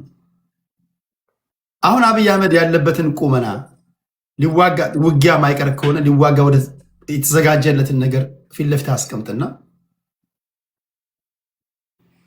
የሚቋቋሙ ወይም ልትቋቋሙት ይመስላል አብይ አህመድ አሊ። ቴዲ ምን አለ መሰለህ፣ አይ ቲንክ አሁን ታሪክ ራሱን ሊደግም ነው። በሰዓቱ የነበረው የደርግ ጀነራሎች እስራኤል፣ ራሻ፣ አሜሪካ ከፍተኛ የሆነ ወታደራዊ ትምህርት የተማሩ ጀነራሎች ናቸው። በአሁኑ ሰዓት ላይ ያሉት ማጆሪቲዎቹ ጀነራሎች ደግሞ የሻዕቢያ ምርኮኞች ናቸው። በአሁኑ ሰዓት ላይ ፍጹም አብይ አህመድ ጂኦፖለቲክሱን መረዳት አልቻለም። ሻዕቢያ ኤርትራ ዋን ኦፍ ግሬተስት ካንትሪ እና የዚህ የክልላችን ሴንተር ኦፍ ግራቪቲ ፖለቲካሊ ሴንተር ኦፍ ግራቪቲ እየሆነችበት የመጣው ሰዓት ነው። በአሁኑ ሰዓት ላይ የአብይ መንግስት ከተለያዩ ዓለማት ላይ ውግዘት እየደረሰበት ነው። ሱዳን ላይ ያደረገው ከአርኤስኤፍ ጋር የሚያደርገው ከነ ዩናይትድ አረብ ኤምሬት ጋር የሚያደርገው የኤርትራ መንግስት እጁን አስረስሞ ከነ ሳውዲ ጋር በሚያደርገው ከፍተኛ የሆነ ሪሌሽንሽፕ የአብይ ከፍተኛ ቀላቢ የሆናቸውን ዩኤኢን እጇን እየቆረጠ ነው ያለው። የመን ላይ ያደርገው የነበረውን ዩኤኢ እጁን ሰብሮታል ያለው። ሱዳን ላይ ያደረገው ኢትስ ኦል አባውት ታይም ቴዲ። አብይ ሱዳንን በማፈራረሱ ዓለም በአሁኑ ሰዓት ላይ ስፔሻሊ ያለፈው 3 ቀን ላይ በተለያየ የሳተላይቶች እንትን ዓለም እያወገዘው ነው ያለው። ዲፕሎማቲካሊ ዲፕሎማሲውን ሉዝ እያደረገ ነው። ኢኮኖሚክሊ አገሪቷን እየገዳት ነው። አደሴም ታይም ደግሞ አካባቢው ላይ ያሉ ሀገሮችን ጠላት ማሳሰቢያ ምን ስነስርዓት ጥያቄ ያለኝ ቴዲ። አካሄዱ ምንድን ነው? አካሄዱ ስለ አብይ አይደለም እያወራን ያለ ነው። ስለ አብይ ድክመት ስለምናምን አይደለም እያወራን ያለ ነው። ስለ ኢትዮ ኤርትራ ከዛ ጋር በተያያዘ ባለው ችግርና ስለ ኤርትራ ነው እንጂ ስለ ግለሰቦች አይሆንም። ክብራትና ክብራን አካሄዱን ተቀብለናል። የሻዕቢያ ፖለቲከኛ ነው። ኢትዮጵያ አስተዳዳሪ አብይ አህመድ ነው፣ የብልጽግና ፓርቲ። እናንተ ስለ ኢሳያስ እየሰጣችሁ ነው። የተናገረው ነገር ላይ አጸያፊ ነገር አላየውም። አካሄዱን ውድቅ አድርገናል። ቀጥሎ ወንድሜ። ያ እኔ በብዙ ነገር እንትን ልልልህ እችላለሁኝ። ከኔ በበለጠ ግን ለረጅም ጊዜ አንድ ቪዲዮ እመለከት ነበርና ለዛ እኔና ጸደይ በተለያየ ነገር የማንስማማበት ነገር ሊኖሩ ይችላል። ረጅም ጊዜ ግን አንድ ያለችው ነገር ነበረ። ፋሚሊ የሚል ዶክመንተሪ እዩ ብላን ነበርና የፊልሙ እንትን ዛሬ የአብይ አህመድን ማንነት እያወጣ ስለሆነ አይሆፕ ከኔ በመውጣቱ ትሪገር ሊያደርጋቸው ይችላል። ከዚች ኢትዮጵያ እህቴ ግን የዚህን እንትን ዶክመንታሪ ሆፕፉሊ እንትን ታደርገናለች ብዬ ገምታለሁ። ቴንክ ዩ። ከአብይ ጀርባ እኮ ኢትዮጵያውያን ናቸው ያሉት። ከኢሳያስ ጀርባ የተወሰኑ ኤርትራውያን ናቸው ያሉት። አብይ ከተባለ አውቶማቲካሊ ስለማን እያወራን እንደሆነ ይገባናል። አብይ ብሎ ስፔሲፊካሊ ነጥሎ ከአብይ ጋር ሊደባደብ አይደለም የሚመጣው። አብይን ስትነካ ከኢትዮጵያውያን ጋር ነው የሚነካከው። አረፍተ ነገሩ አብይን ይበል እንጂ አብይ የኢትዮጵያ አስተዳዳሪ ነው አይደል? የኢትዮጵያ ጠቅላይ ሚኒስተር ነው። ስድብ አይደለም የተጠቀመው። እናንተ ልክ ኢሳያስ አፈወርቂ ያላችሁ ያረጀው ሽማግሌ ያላችሁ እንደምትጠቀሙት ማለት ነው። አካሄድ ስንል አጸያፊ ንግግር ሲጠቀሙ ብቻ ይሁን። አጸያፊ በውስጣችን ያሉ ብሔር ብሔረሰቦችን በአጸያፊ መንገድ ከተናገረ፣ እናንተን በአጸያፊ መንገድ ከተናገረ፣ ስድብ ከሆነ እናስቁም። እሺ ማይኮን ከልብ እናመሰግናለን። ወደ ጸደይ እንሄዳለን። ጸደያቸው በጣም ነው ማመሰግነው ቴዲ። ባልመጣ ደስ ይለኛል፣ ግን መስማት የምፈልገውን ነገር ስለማልሰማ ነው የመጣሁት። የህሊና ጉዳይ ነው። በሰላም ለመተኛት ፈልጋለሁ። የዛሬ 5 ዓመት ትግራይ ላይ ጦርነቱ ሲነሳ እኔ የትግራይ ብሔር አይደለሁም፣ ውድ ማንነት ነው ያለኝ። 5 ዓመት በፊት ግን አክሱም ላይ ማሳከር እየተደረገ ነው። ኤርትራን ወታደሮች ገብተው እየጨፈጨፉ ነው። አቁሙ ካሉት ጥቂት ኢትዮጵያኖች አንዷ ነኝ። በዛ ምክንያት ብዙ ነገር ደርሶብኛል። ዛሬ ላስት ዊክ እንግዲህ ጠቅላይ ሚኒስትሩ አድሚት ሲያደርጉ እንግዲህ ማለት በፊት ለፊት የተካደውን እውነት 5 ዓመት በፊት የተካድኩትን እውነት ለፖለቲካ ፐርፐስ ግን አሁን ኤርትራን ለመውረር ፍላጎት ስላለ ለዛ ፐርፐስ ግን ስለ አክሱም ማሳከር መወራቱን በትዝብትና አልፈዋለሁ። ዘሴም ጭንቅላት ይዤ ውስጥ የሚሰማኝ ነገር ስላለ ነው ዛሬም ተመልሼ አንተ ቤት እንዳወራ ራሴን አስገድጄ የመጣሁት። ቴዲ በጣም ነው ማመሰግን እንደዚህ አይነት እድል ስለምትሰጠኝ። ቅድም በድሮን ማሸነፍ ይቻላል ወይ የምላልከው፣ በድሮን ማሸነፍ አንችልም። በድሮን የኤርትራ ቴሬን መሬቱ ተራራማ ቦታ ነው። ልክ ትግራይ ውስጥ አብይ በድሮን አላሸነፋቸውም። ባይዘዌ ወደ አዲስ አበባ ሲመጡ ነው ኦፕን ቴሬን ላይ ስላገኛቸው ነው በድሮን አስፈራርቶ የመለሳቸው እንጂ የትግራይ መሬት ላይ በድሮን አላሸነፍም ቲፒኤልኤፍን። የኤርትራ መሬት ተመሳሳይ ነው ባይዘዌ። በድሮን ማሸነፍ የሚባል ነገር የለም። በግድ ፉት ሶልጀሮች ይጠይቃል ኤርትራ ውስጥ ገብቶ አስመራን ለመያዝ። ፉት ሾልደሮች ኤርትራ ውስጥ ማስገባት ማለት ወታደሮቹን ማስጨፍጨፍ ማለት ነው። ቢካዝ በእነሱ ሜዳ ላይ ነው ወታደር ይዘህ የምትገባው። ሌላ እልቂት ማለት ነው፣ የመከላከያ እልቂት። ሌላ የኤርትራ ብቻዋን አይደለችም። ኦኬ፣ ይሄን ሳልናገር በፊት ግን አንድ ነገር ላረጋግጥላችሁ። እኔ አሰብ የኢትዮጵያ ናት ብዬ ነው ማምነው። ኦኬ፣ ይሄ አሰብ ለኢትዮጵያ እንዲመለስ ፈልጋለሁ። ነገር ግን አሁን የሄድንበት አካሄድና አሁን ያለው ጂኦፖለቲካል ሞሜንተም የለንም ብዬ ነው ማምነው። ቢካዝ ትልቅ ማዕበል አለ ዙሪያችን። አሁን ትክክለኛ ሰዓት አይደለም። ለምን? ኤርትራ ብቻዋን አይደለችም። ኤርትራ ከጎኗ የትራይፓርቴት አላያንስ አላት። ግብፅና ሶማሊያ አሏት ከጎኗ። ከተወሰነ ቀናት በፊት ሶማሊያ ጋር ሳውዲ አረቢያ ዲፌንስ ፓክት ተፈራርማለች። ሱዳን አለች። ሱዳን ጠምደውናል። ዛሬ ደግሞ ሮይተርስ የለጠፈውን እንግዲህ እሱን እንደ ዜና ማውራት አለብን። የዓለም ህዝብ በመሞላ ኢትዮጵያን እንዲጠምድ የተሰራ እንግዲህ ፕሮፓጋንዳ አለ። ስለ ሜቢ አርሚ 7 አያወራም ሮይተርስ። ነገር ግን ኢትዮጵያ ለአርኤስኤፍ መሳሪያና ቤዝ እንደሰጠች እየተወራ ነው።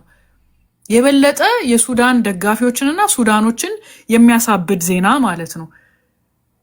ሱዳን ኤርትራን ነው የምታግዘው በዚህ አያያዝ። ቢካዝ እኛ በፊት ለፊት አርኤስኤፍን እየደገፍን ነው ስለተባለ። ሌላ ሳውዲ ናት። ሳውዲ ቪዥን 2030 ቀይ ባህር ላይ ቱሪዝም ከኦይል ወጥቼ ቱሪዝም ሴክተሬ ላይ ትልቁ ኢኮኖሚ ያደርጋለሁ፣ ቀይ ባህር ላይ ሰላም እፈልጋለሁ ያለች ሀገር አለች። ሳውዲ ቁጭ ብላ አታይም። በፊት ለፊት ወታደር ባትልክም ለኤርትራም ሆነ ለግብፅ ሰፕላይ በማድረግ ታግዛቸዋለች ማለት ነው። የውጭ ሀገር ሀያላን ሀገራት ራሻ እና ቻይና ኤርትራን አይጠምዷትም። ኤርትራ ለራሻ ኮንሲስተንትሊ ዩናይትድ ኔሽንስ ላይ ቮት ያደረገች ናት ከራሻ እኩል። የቻይና ቤልተን ሮድ ኢኒሽቲቭ ውስጥ ኤርትራ አለችበት። ራሻ እና ቻይና አጌንስት ኤርትራ አይቆሙም፣ አጌንስት ኢትዮጵያም አይቆሙም። ግን የዓለም ሀያላን ሀገራት ከኢትዮጵያ ጎን ናት። ማን? ዩኤኢ ምንድነው 10 ሚሊዮን ህዝቧ ውስጥ ኦንሊ 9% ኤክስፓት ያላት በመርሰነሪ ኃይል የምትንቀሳቀስ ናት ታላቅ ሀገር። ምን እስራኤል ናት መታ የምትዋጋላችሁ? እስራኤል የራሷ ጦርነት አላት፣ የራሷን ቴሪቶሪ ነው የምትጠብቀው። አሜሪካ ናት መታ በዩኤኢ እና በሳውዲ መካከል ሳይድ ፔክ አርጋ የምትዋጋላችሁ? የትኛው ትልቁ ሀያል ሀገር ነው እናንተ የሚደግፈው?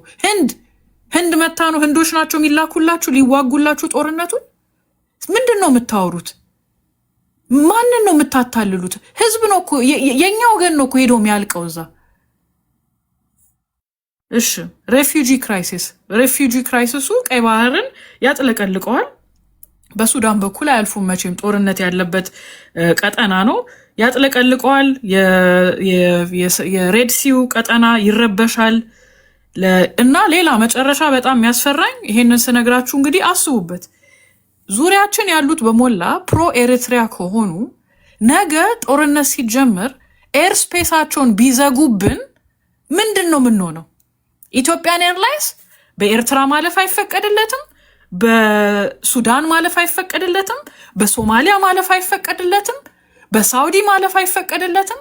ማለፍ አትችሉም ሲባል ሌላ ደግሞ የማሪታይም ብሎኬድ በማሪታይም ተዘግተናል ያልነው በአየር ላይም ሊዘጉብን ማለት ነው።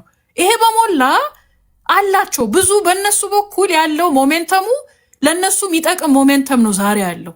እኛን ኦሬዲ የሚጎዳን ኦሬዲ በጦርነት ከስረን ከወርልድ ባንክ አይኤምኤፍ ተበድረን የእነሱ ኢኮኖሚክ ሪፎርም አርጉ እያሉ ታክስ ኢምፖዝ እየተደረገ ህዝቡ ላይ የኑሮ ውድነት እየጨመረ እዚህ ላይ ሌላ ጦርነት ሌላ የሚያከስር ኢትዮጵያን ኤርላይንስ ሬቬኒው የሚያመጣልንን አየር መንገድ እንዳናበር የሚከለክል ነገር ሊያደርጉብን ይችላሉ። ድሮን አለን፣ ሄደን ማሸነፍ እንችላለን። እረ በፈጠራችሁ እረ አስቡበት።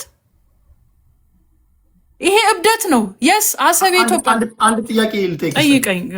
የመጀመሪያው ቤልት ኤንድ ሮድ ኢኒሺየቲቭ የቻይናዎች ፕሮጀክት ላይ ኤርትራ የለችበትም እስከማውቀው ድረስ። አለችበት፣ ጆይን አድርጋለች ኤርትራ። ቤልት ኤንድ ሮድ ቻይና አለችበት።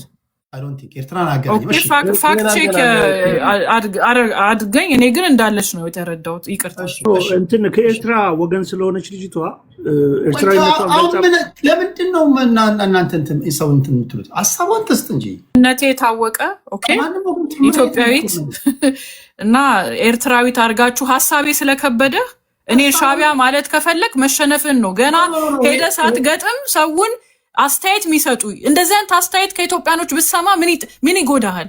ጦርነት አይበጀንም በአሁን ሰዓት። አሰብ የኢትዮጵያ ናት። እኔ እንደዛ ብዬ ነው ማምነው። ነገር ግን አሁን ብዙ ኤርትራ ብቻዋን አይደለችም።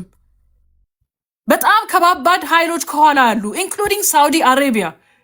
ሳውዲ አሬቢያ ሬድሲ ላይ ጦርነት አትፈልግም። ከኦይል ወደ ቱሪዝም እየዞረች ነው። ጦርነት ካመጣንባት አትፈልግም። እብደት ነው። እስራኤል ከጎን ዩኤኢ ከጎን ያለች። ዩኤኢ ምን ለውጥ አመጣች? ይኸው ሱዳንን አፈረሰች አይደል እንዴ? ምንድን ነው ላይክ አብደናል እንዴ?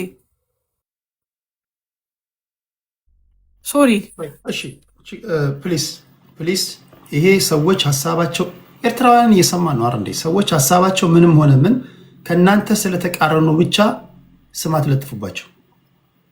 ይሄ በጸጥታ የምንወያይበት ተከባብረን የምንወያይበት ቦታ ነው። ልክ እናንተንም ሲያደምጧችሁ እኮ ለነሱ ተመችቷችሁ አይደለም ያደምጧችሁ። ይሄ አንድ አይነት ድምፅ የሚሰማበት ቤት አይደለም። የጦር ኃይሎች ሆስፒታል የሬዲዮሎጂ ዲፓርትመንት የመሰረተው ዶክተር ልጅ ነኝ። እኔን ኤርትራዊ ልትሉኝ አትችሉም። ኦኬ ያ ነውር ነው። ትክክል አይደለም። መታረም አለበት ፕሊስ። ካልሆነ በቤቱ ህግ መሰረት እኔ እርምጃ ለመውሰድ ይገደዳሉ። አፋጣኝ የሆነ እርምጃ። እሺ ጸዲ ያልሽው ነገር ትክክል ነው። አሁን በኢትዮጵያ መንግስት ቦታ ብትሆኚ ሳፍ ወይም ደግሞ የሱዳን አርሚ ፎርስ አርሚ ሰባን ተቀብሎ የሚያሰለጥን ከሆነ የተለያዩ ታጣቂዎችን የሻቢያ መንግስት ተቀብሎ የሚያሰለጥን ከሆነ ውስጥ ያሉ ታጣቂ ኃይሎችን የሚደግፍ ከሆነ በተዋረድ ከግብፅ ጀምሮ እንደዚህ የመጣ ከሆነ ኢትዮጵያን የመክበብ የማነቅ ነገር ከሆነ መንግስት ምንድነው ማድረግ ያለበት? ጸጥ ነው ማለት ያለበት? ልክ ነው። ይሄ የቲፒኤልኤፍ የምታደርገው ነገር ከኤርትራ ጋር በተለይ አርሚ ሰባ የሚባለው አደገኛ አካሄድ ነው። እሱን ማቆም መቻል አለብን። ነገር ግን እንደዚህ እየተንቀሳቀሱ ያሉት በዛ በኩል እነሱ ያሰለፉት ኃይሎች ስላሉ ነው ብዬ ነው ማምነው። ያንን ኃይል ደግሞ እኛ እንደ ኢትዮጵያ ማሸነፍ አቅም አብይ ያለው ብዬ አላምንም። እኔ በበኩሌ እሱ ነው ክርክሩ እኮ አለው የለውም ነው። እኔ የለውም ብዬ ነው ማምነው። የስ ልክ ነህ። ሴታፕ ነው፣ ትራፕ ነው። ባይዘወይ አይ ቲንክ እንዲገባበት ነው የሚፈልጉት። ፕሮቮክ እያደረጉት ነው። ልክ ነው። አርሚ ሰባ የለም ብዬ አልክድም፣ አሉ። ነገር ግን እሱም ደግሞ አርኤስኤፍን እዚህ እያገዘ ነው። ሱዳንን መክሰስ አይችልም። አርኤስኤፍን እኛ አላገዝንም ነው የሚለው የመንግስት ሰዎች። በጭራሽ የሐሰት ወሬ ነው። ዛሬ ሮይተርስ ላይ የተጻፈው እንግዲህ ግን ጀማሪው አብይ አይደለም። አሁን አርኤስኤፍን እኮ አብይ ሌትሊ ነው መደገፍ የጀመሩ። ከዛ ፊት አርሚ ሰባ እኮ ከአልብርሃን ጋር በመሆኑ እኮ አይደለም አርኤስኤፎችን እኮ ስልጣን ላይ ነበሩት እኮ በማስወገድ ተግባር ውስጥ ተሳትፏል። ልክ ሊሆን ይችላል። ግን የዓለም ፕሮፓጋንዳ አብይን እየከሰሰ ነው ዛሬ። ኦኬ ስለ አርሚ 7 ሮይተርስ ጽፏል አርቲክል አልጻፈም። ኦኬ አልጻፉም ማለት አጣጥኝስ ወይም ደግሞ እነሱ የሚያደርጉት ፕሮኬቲቭ አፕሮች አይደለም ማለት ታዲያ ለምን መንግስት ደብዳቤው ላይ ስቴትመንቱ ላይ ክሊርሊ አርሚ 7 እንደዚህ እየሰለጠኑብኝ እየተቸገርኩ ነው ብሎ ለምን አይዘረዝርም? መንግስትም ስቴትመንት ሲጽፍ ክሊር የሆነ ምንድነው ቬግ የሆነ ነገር በኤግዛክትሊ የቱ ጋር ሰራዊት ሊያጠቃው እንደደረሰ የቱ ጋር ስልጠና እንዳለ እንኳን ስፔሲፋይ አያደርግም። የኢትዮጵያ መንግስት ቬግ የሆነ ነገር ነው የሚለቀው። እነዛ ግን የዓለምን ፕሮፓጋንዳ የዚህን አክሲስ የሚያግዙ ሰዎች ግን ስፔሲፊክ ሆነው ሳተላይት ኢሜጅ እያመጡ ኦልሬዲ በፕሮፓጋንዳ በፒአር ኦልሬዲ ጦርነት ተጀምሯል እኮ። አሁን ኢትዮጵያ እኮ ተከሳለች ዛሬ።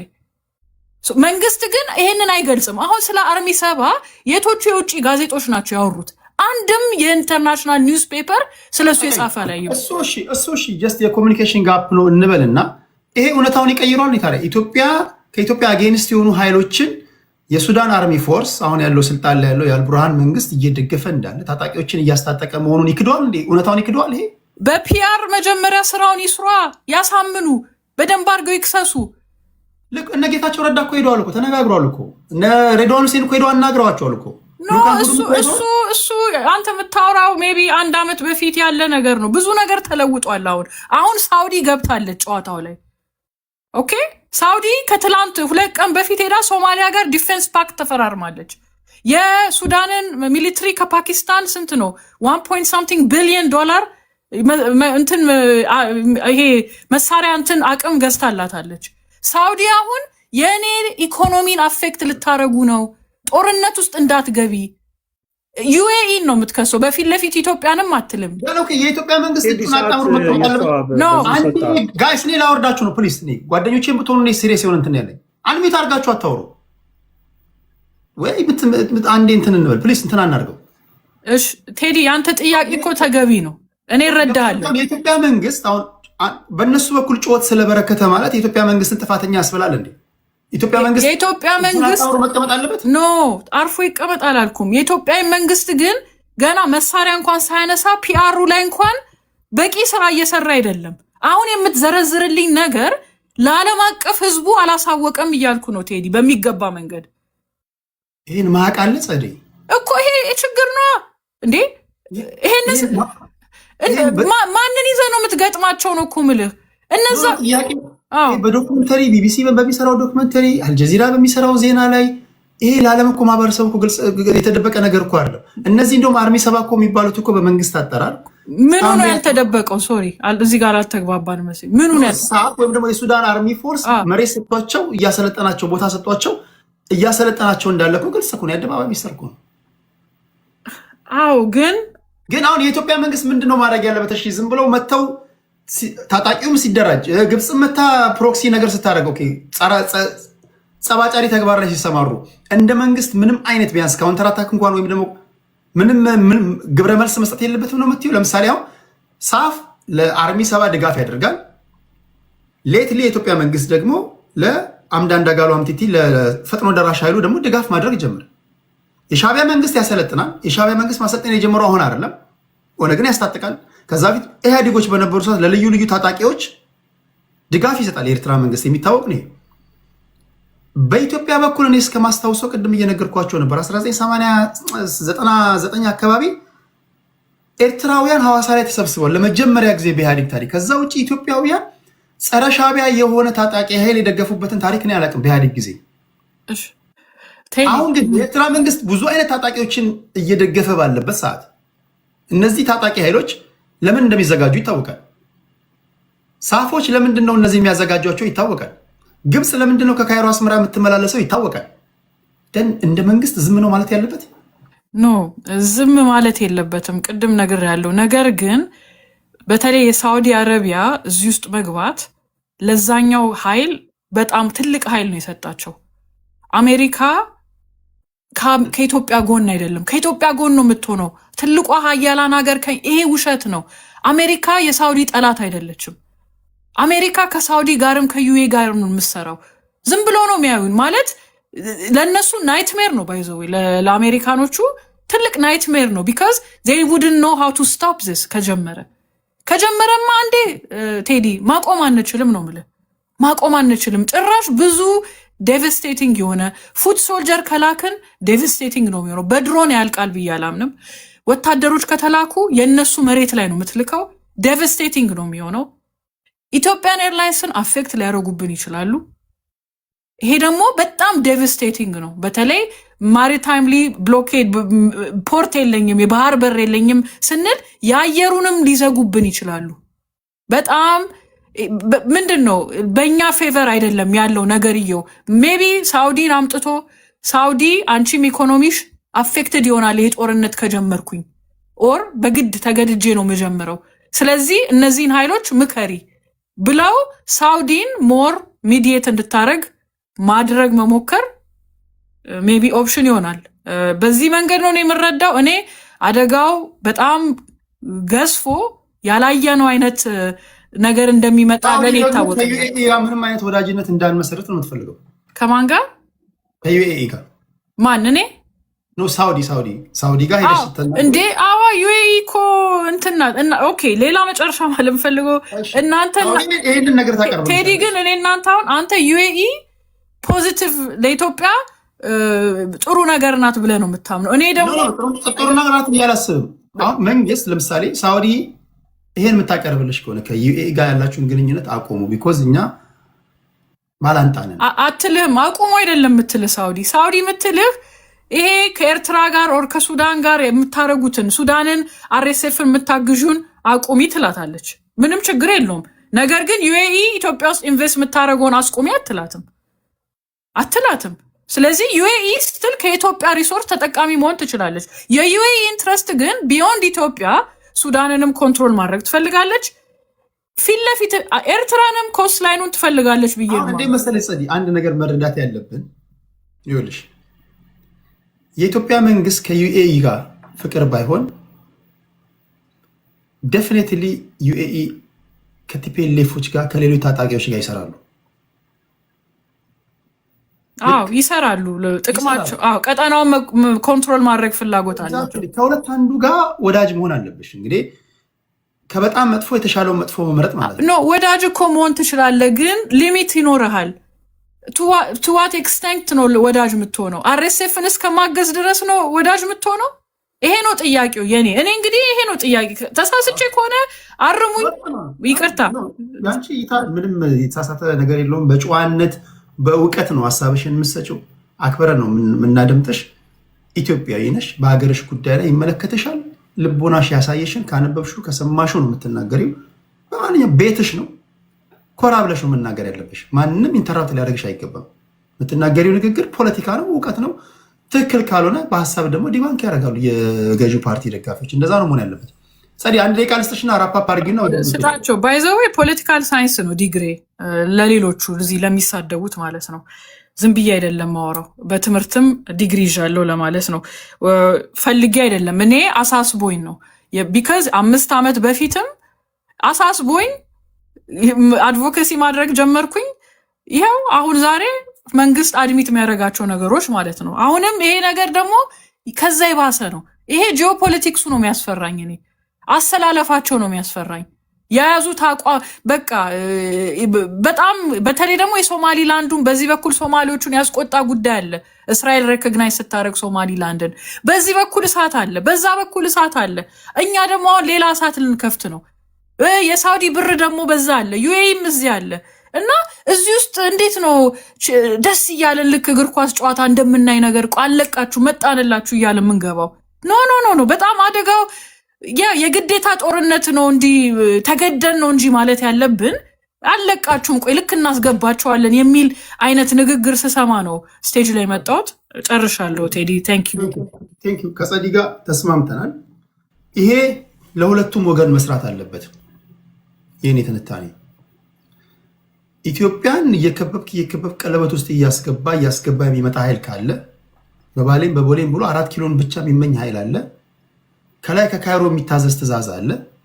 ኢትዮጵያን የማተራመስ ኢትዮጵያ ሰላሟን እንዳይረጋጋ እንዳታድግ ታሪካዊ ባላንጣ አለ። ያን አጀንዳ ተቀብሎ የመጣ ሰው 5ም 6ም ሆነ ልትደራጅ ትችላለህ። ኦኬ ምንድነው መጨረሻው የሚሆነው? ኦኬ እናንተ በዚህ ቦታ ላይ ብትሆኑ እውነታው ይሄ ከሆነ አንድ በዲፕሎማሲ በመነጋገር ልንፈታ እንችላለን። እንደዛ ሊፈታ የሚችል ነገር ነው። በተለይ አባይ ግድብ ግንባታ ከተገነባ በኋላ ያለው ነገር ትክክል ነው። በድር አብዳላቴ የሚባለው የውጭ ጉዳይ ሚኒስትራቸው የግብፅ አስመራ፣ ካይሮ ኢቨን በታሪካቸው ለመጀመሪያ ጊዜ አልሲሲ ወደ አስመራ የመጣው በዚህ ዘመን አይደለም። ግብፅ ወደ አስመራ የሚያመጣት ምንድን ነው? ከአስመራ ጋር የትሬድ ነው? ቴክኖሎጂ ነው? ምን ሼር ለመደራረግ ነው? ቢኮዝ ኦፍ ኢትዮጵያ አይደለም እንዴ? እውነታው ሀቁ ይሄ ከሆነ እንደ ሀገር እንዴ ነው መዘጋጀት ያለብን? ወይ ጎረቤቶቻችን አካባቢያችን በእናንተ ፕሮክሲ ጦርነት የጦር ቀጠና አይሆንም ብሎ እድሜ ጠገብ ነው። ኢሳያስ አፈወርቂ ማቆም አለበት። የጦርነት ልምድ ያለው ሰው ነው። ሲዋጋ የኖረ ሰው ነው። እድሜ ልኩን የተላላኩ ወይም ደግሞ መዋጋት የለብንም፣ ማቆም አለብን ነው ቦታ ላይ። ካልሆነ ግን እንደ ኢትዮጵያ መንግስት ደግሞ ዝም ብሎ መበላት የለበትም። ዝም ብሎ እንደ ቤልትና ይሄ እንደ ቀበቶ ዝም ብለን መያዝ አለብን ብዬ አላሰብም። ሰው ለሁለት መልእክቱ የጸዲ መልእክት ለሁለታችንም ወገን ነው መስራት ያለበት። እነዛም ታጣቂዎችን እንትን ይላሉ፣ በዚህ በኩልም እንደዛ እንደምታዩት ነው። እና መጨረሻው ምንድን ነው የሚሆነው? በሰላማዊ መንገድ ሊሆን ቅድም ስጠይቃችሁ ወደ ነበረው ነው የምንመጣው። በሰላማዊ መንገድ ይሄ ነገር ሊፈታ የሚችልበት መንገድ ካለ ብዬ ምክር ሀሳብ ጠይቄያቸዋለሁ። ወደዛ ስለገባችሁ ነው እንጂ ይሄ ነገር ሳይደባደቡ ሳንዋጋ ጦርነት በቃ ነው። ከዚህም ከዛም ያሉ ምሁራኖች ከኤርትራም ከኢትዮጵያም በኩል ያሉ ምሁራኖች አካባቢው የጦር ቆጠና መሆን የለበትም፣ ሳንደባደብ ችግሮቻችንን ልንፈታ የምንችልበት ይሄው በዚህ ልትሉ የምትችሉበት መንገድ ካለ ሀሳብም እንድናዋጣ ለማለት ያለው አይ ነው። አንዳንዶቻችሁ አይ ነው እድሜ ልክን ስትዋጋ ኖርሃል፣ መርፌ እንኳን መስራት አልቻልክም። አንዴ ቆይ ተዋጋ ነው የምትለው እድሜ ልክን ጥይት መከና። ኧረ አንዴ በእናታችሁ ቆይ። እኔ እኮ እንዴት ነው ቆይ ይቅርታ ሶሪ። አትሊስት ስትዋጋ እኮ ቢያንስ እንዴት ጥይት መከላከያ እንኳን አልሰራም እኮ። ሰው በሰራው መሳሪያ የተዋጋ እንዴት ነው? ምንም እኮ አልሰራም እኮ። ቢያንስ የሚተኮስብን ጥይት እንኳን መከላከያ የሆነ ነገር የሰራው ነገር የለም። ሰው ልናፈር ይገባል። ላይክ በ21ኛው ክፍለ ዘመን ሰው እንደ ሀገር እንኳን አስበው አልቻለም። በዚህ ዘመን የዓለም አስተላለፍ እየተቀየረ ነው። እኛ የተዋጋን ነው። ትዋጋለህ፣ እንዋጋለን። እሺ መጨረሻው ምንድን ነው የሚሆነው? መፍትሄ ካለ ሽማግሌዎች ከወጣቶች ሊበልጡ አይገባም። በእድሜ ሊበልጡ ይገባል። በእይታ ግን አዳዲስ ደም ያለን ወጣቶች ነን። ሽማግሌዎች እውቀት የላቸውም እያልኩኝ አይደለም። በተለይ ግን የማዋጋት እውቀት ሲዋጋ የኖረ ሰው ግን ከማዋጋት ውጭ ሀሳብ ሊኖሩ አይችልም። በተለይ ያልተዋጋችሁ መዋጋትን የማታውቁ ጦርነትን የማታውቁ ሰዎች ሊዋጉ የሚመጡ ኃይሎች ካሉ እንኳን ላይዋጉ የሚችሉበትን ነገር ነው መስበክ ያለባቸው የሚል እምነት አለኝ። እሺ ከጸዲ ቀጥሎ የመጨረሻ ዙራችን ነው የሚሆነው። አንዳንድ ዙር የምሰጣችሁ ወደ ዘመን ሄዳለሁ። ከዛ ወደ በላይ በቀለ ወያ 5 ደቂቃ አለ። ቴዲ ሄዳለሁ። እኔ አመሰግናለሁ። ቦታ ለቃለሁ። እሺ ኧረ ጥያቄ ነበር ለሷ በእናትህ ቴዲዬ። እኔ እኮ በከንቱ ነው ከእናንተ ጋር ጊዜ ማጠፋው። እኔ እዚህ ቤት ጥያቄ ስትጠያየቁ ሰምታችሁ ታውቃላችሁ? የለም እኮ እንደዛ። ደስ ይለኛል ብትጠያየቁ፣ ግን እኛ የጎንዮሽ ለመጠያየቅ ለአቅመ ጥያቄ አልደረስንም። አሁን ተጠያየቁ ብላችሁ ጭቅጭቅ ነው የሚሆነው። የሰማነውን ብቻ እናብሰልስል። እስኪ ጥያቄው ይቀመጥ። የሰማችሁትን ሬርስ አድርጉና ሰመሪ ሰታችሁ ይሄ ቢሆን እንዴት እንዲህ ሊሆን ይችላል፣ ይሄ ቢሆን እንዴት እንዲህ ሊሆን ይችላል ምናምን ብላችሁ ሀሳብ ስጡና እንለያያለን። ይሄ የመጨረሻ ዙር ነው። ቴዲ የመጨረሻ ዙር እኔንም ይደርሰኛል፣ ይደርሳችኋል። እዚህ ውስጥ ያላችሁ በሙሉ ሁላችሁም ይደርሳችኋል። እሺ ቴዲዬ ቴንክ ዩ። አንድ ሰዎች አላስገባ። ከዚህ በኋላ ምንም ይሄ የመጨረሻ ዙር ነው። እሺ ዘመን 5 ደቂቃ አልወንድ። እሺ ይኸውልህ ሲጀምር ቅድም ስንጀምር ጀምሮ እኔ እንደው በእርጋታን ጀምሮ ያልኩት አንዳንድ ጊዜ ጦርነት እኛ እንደ ህዝብ ጦርነትን በአካል ነው የምናውቀው። በአካል እውነቴን ነው የምልህ። ማለት እያንዳንዱ ኤርትራዊ ቤተሰብ ውስጥ የጦርነትን አስከፊነት ምን ያህል እንደሆነ እናውቀዋለን። በዛ ላይ ከቁጥራችንም አንጻር እኛ ስንከፍል ውድ ዋጋ ነው የምንከፍለው። ማንም ዝም ብሎ ከመንገድ ላይ የተጎተተ መጥቶ ውትድርና ውስጥ የሚገባበት ሁኔታ አይደለም። የቤተሰብ አባል ቤተሰቡ የሚያስተዳድር ሰርቶ የሚገባ በመካኒክም በምንም እውነቴን ነው የምልህ። ጀስት ማተር ኦፍ ኳሊቲ ነው የምነግርህ። እና ጦርነት የትም አያደርሰንም። ካለፈው ታሪክ እንማር። ይሄ አካኪ ዘራፍ አሸሸ ገዳሜ ማንንም አይዋጣም። በዛ ላይ ደግሞ እንደ ሀገር ኢንተረስት አላችሁ። እውነት ነው ያልከው ነገር እውነት ነው። እኛ ዝም ብለን ነው የምናየው። ዝም ብሎ የታየ ነገር የለም። እኛ ሲጀመር እንደው ውለታ ዋልን ባንል እንኳን ለሚቹዋል ቤነፊት ተብሎ የከፈልነው ዋጋ አለ። ሲጀመር አብይ አህመድ ሲመጣ ወንበሩን ለማደላደል ምን ያህል ዋጋ እንደከፈልን ሁላችንም እናውቃለን። እንዴት እንደተመሰጋገንን እናውቃለን። እና በሂደት እንዴት ጀመር ይሄ ነገር ነው። አብይ አህመድ ከዜሮ ተነስቶ ነው ወይ? ሻቢያ ሳይጀመር እኮ የኢትዮጵያ ብሔር ጥያቄ ኦልሬዲ ጀምሯል። ልክ አንዱ ቀድም አንተነህ ነው ማለት ነው የሚባለው ህዝቡን ምን ያህል አንደርስቲሜት እንደሚያደርገው ሁሉም ነገር እየተጫነበት እየተሰበከ በቃ ምንም የማያስብ የኢትዮጵያ ህዝብ የማያስብ አድርጎ ነው ሲገልጸው የነበረው። ሁሉም ከግብፅ የመጣ ከምን የመጣ ከዚህ የመጣ የአሜሪካን የምናምን እንደዛ አይደለም። መጀመሪያ መንግስት የሀገሪቱ መንግስት ችግሩን መፍታት መቻል ያለበት የውስጡን ችግር ራሱ ነው። እነሱ ካልመጡ እኮ እኛ ኑ አባብለን እንኳን ወስዳቸው ግንቦት ሰባትን ይደግፍ ነበረ፣ ኦነግን ኦፍ ኮርስ እንደግፍ ነበረ። አንተ አዋሳ ያልከው አንድ ሰሚናር ሲካሄድ ነው ያየው እንጂ ትግራይ ውስጥ 40 ምናምን እንዳሜባ እየተፈለፈሉ 20 ዓመት ሙሉ ጠይቅ። ያ በግለሰብ ደረጃ ነው ፓርቲ ያቋቁማሉ፣ ፈንድ ይደረጋሉ። የሀገር ጠላት የታጠቁ የኩናማ ብሔር አባላት ነበሩ።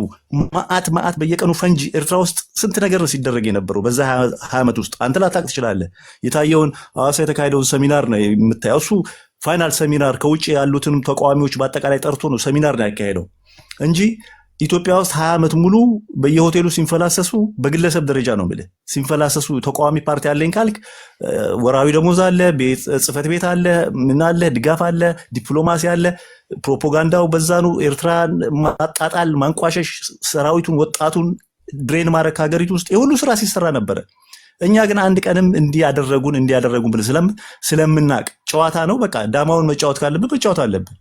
እና ኢሳያስን ለማጣጣል የሚኬድበት የሽማግሌ ምናምን ሰውየው ኦልሬዲ ዳማውን እንዴት መጫወት እንዳለበት ሲጀመር ጀምሮ አብይን አስጠንቅቆታል። ህገ መንግስትን አሻሽል፣ አገርህን አንድ አድርግ። ቅድም አንዱ ወንድማችን ኤርትራ ውስጥ ልክ በብሔር የሚደራጅ እንዳለ ሻቢያም ሲደራጅ ይሄን ያህል ዓመት አለ። ኤርትራ ውስጥ እኛ በሀገር ነው የምንደራጀው፣ በብሔር አንደራጅም። ሻቢያ በብሔር በምናምን በግለሰብ ማህበረሰብ ምናምን ብሎ እንደዛ አይነት ጨዋታ አይጫወትም። ያንንም ነው ለአብይ ኢንከሬጅ ሲያደርገው የነበረው። አገሪቱን ህገ መንግስቱን አሻሽል።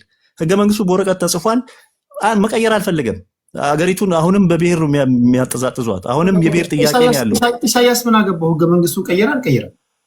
ኖ ለሀገሪቱ ሰላም ነው የምልህ፣ ለኢትዮጵያ አንድነት የሚጠቅም የኢትዮጵያ መንግስተኛ ከአንድ ከሻቢያ ከህግደፍ ውጭ ሌላ ተቃዋሚ ፓርቲ ኦልተርኔቲቭ ይኖራችሁ ብለን ጫና አሳድረናል። ፓርላማ ይኖራችሁ ብለናል። ሚዲያ ይኖራችሁ ብለናል። ኦፍኮርስ 27 ዓመት ሁሉ ሲለፈፍ የነበረው ምንድነው እንደ ወያኔ ያሁሉ ፕሮፓጋንዳ ጫና አሳድረናል። ህዝቡ ከተስማማው በውስጥ ጉዳያችሁ ይሄ እኮ በውስጥ ጉዳይ መግባት እኮ በቃ ስራው ዳማው እኮ እሱ እኮ ነው። አንተ ተቃዋሚ ነኝ የሚለውን ትስብና ያንተን የብሔር ኤርትራ ውስጥ እንደዚህ ይሄን ያህል ብሔሮች አሉ የብሔር ነፃነት ምናምን ነፃነት እያልክ ተሰብካለህ። እነሱም ተሰብከው ያው ውጭ ያሉ ሁሉም አፋቸውን ከፍተዋል። መጨረሻ ላይ ምንም የደረሱበት ደረጃ የለም። ግን ለቀጠናው ሰላም ጭምር ነው እኮ ሱዳን እንደዛ አይነት በሀገር ቢያስብ፣ ኢትዮጵያ በሀገር ብታስብ፣ ኤርትራ በሀገር መጨረሻ ላይ ያ ነገር እየተደራጀ የኢኮኖሚ ኢንቴግሬሽን ይፈጠራል፣ የፖለቲካ ኢንቴግሬት መጨረሻ ላይ ወደ አንድ ሁሉ ልትመጣ ትችላለህ እንደ አፍሪካ ቀንድ። ይሄን ነው ህገ መንግስት አላት ኤርትራ። እሱን አይደለም እልህ። አሁን ይሄ ስለ ህገ መንግስት ስለሌላው አይደለም እልህ። ነገሩ እንዴት እንደጀመረ ነው እልህ። እኛ የከፈልነው ዋጋ ለኢትዮጵያ አንድነት ሲባል አሁን አንተ ልክ በአንድ ጀንበር እንደተፈለፈሉ አድርገህ ነው ስታስረዳን የነበረው። ምን ያደርግ እንደ መንግስት ምን ያደርግ ስትል ነበር።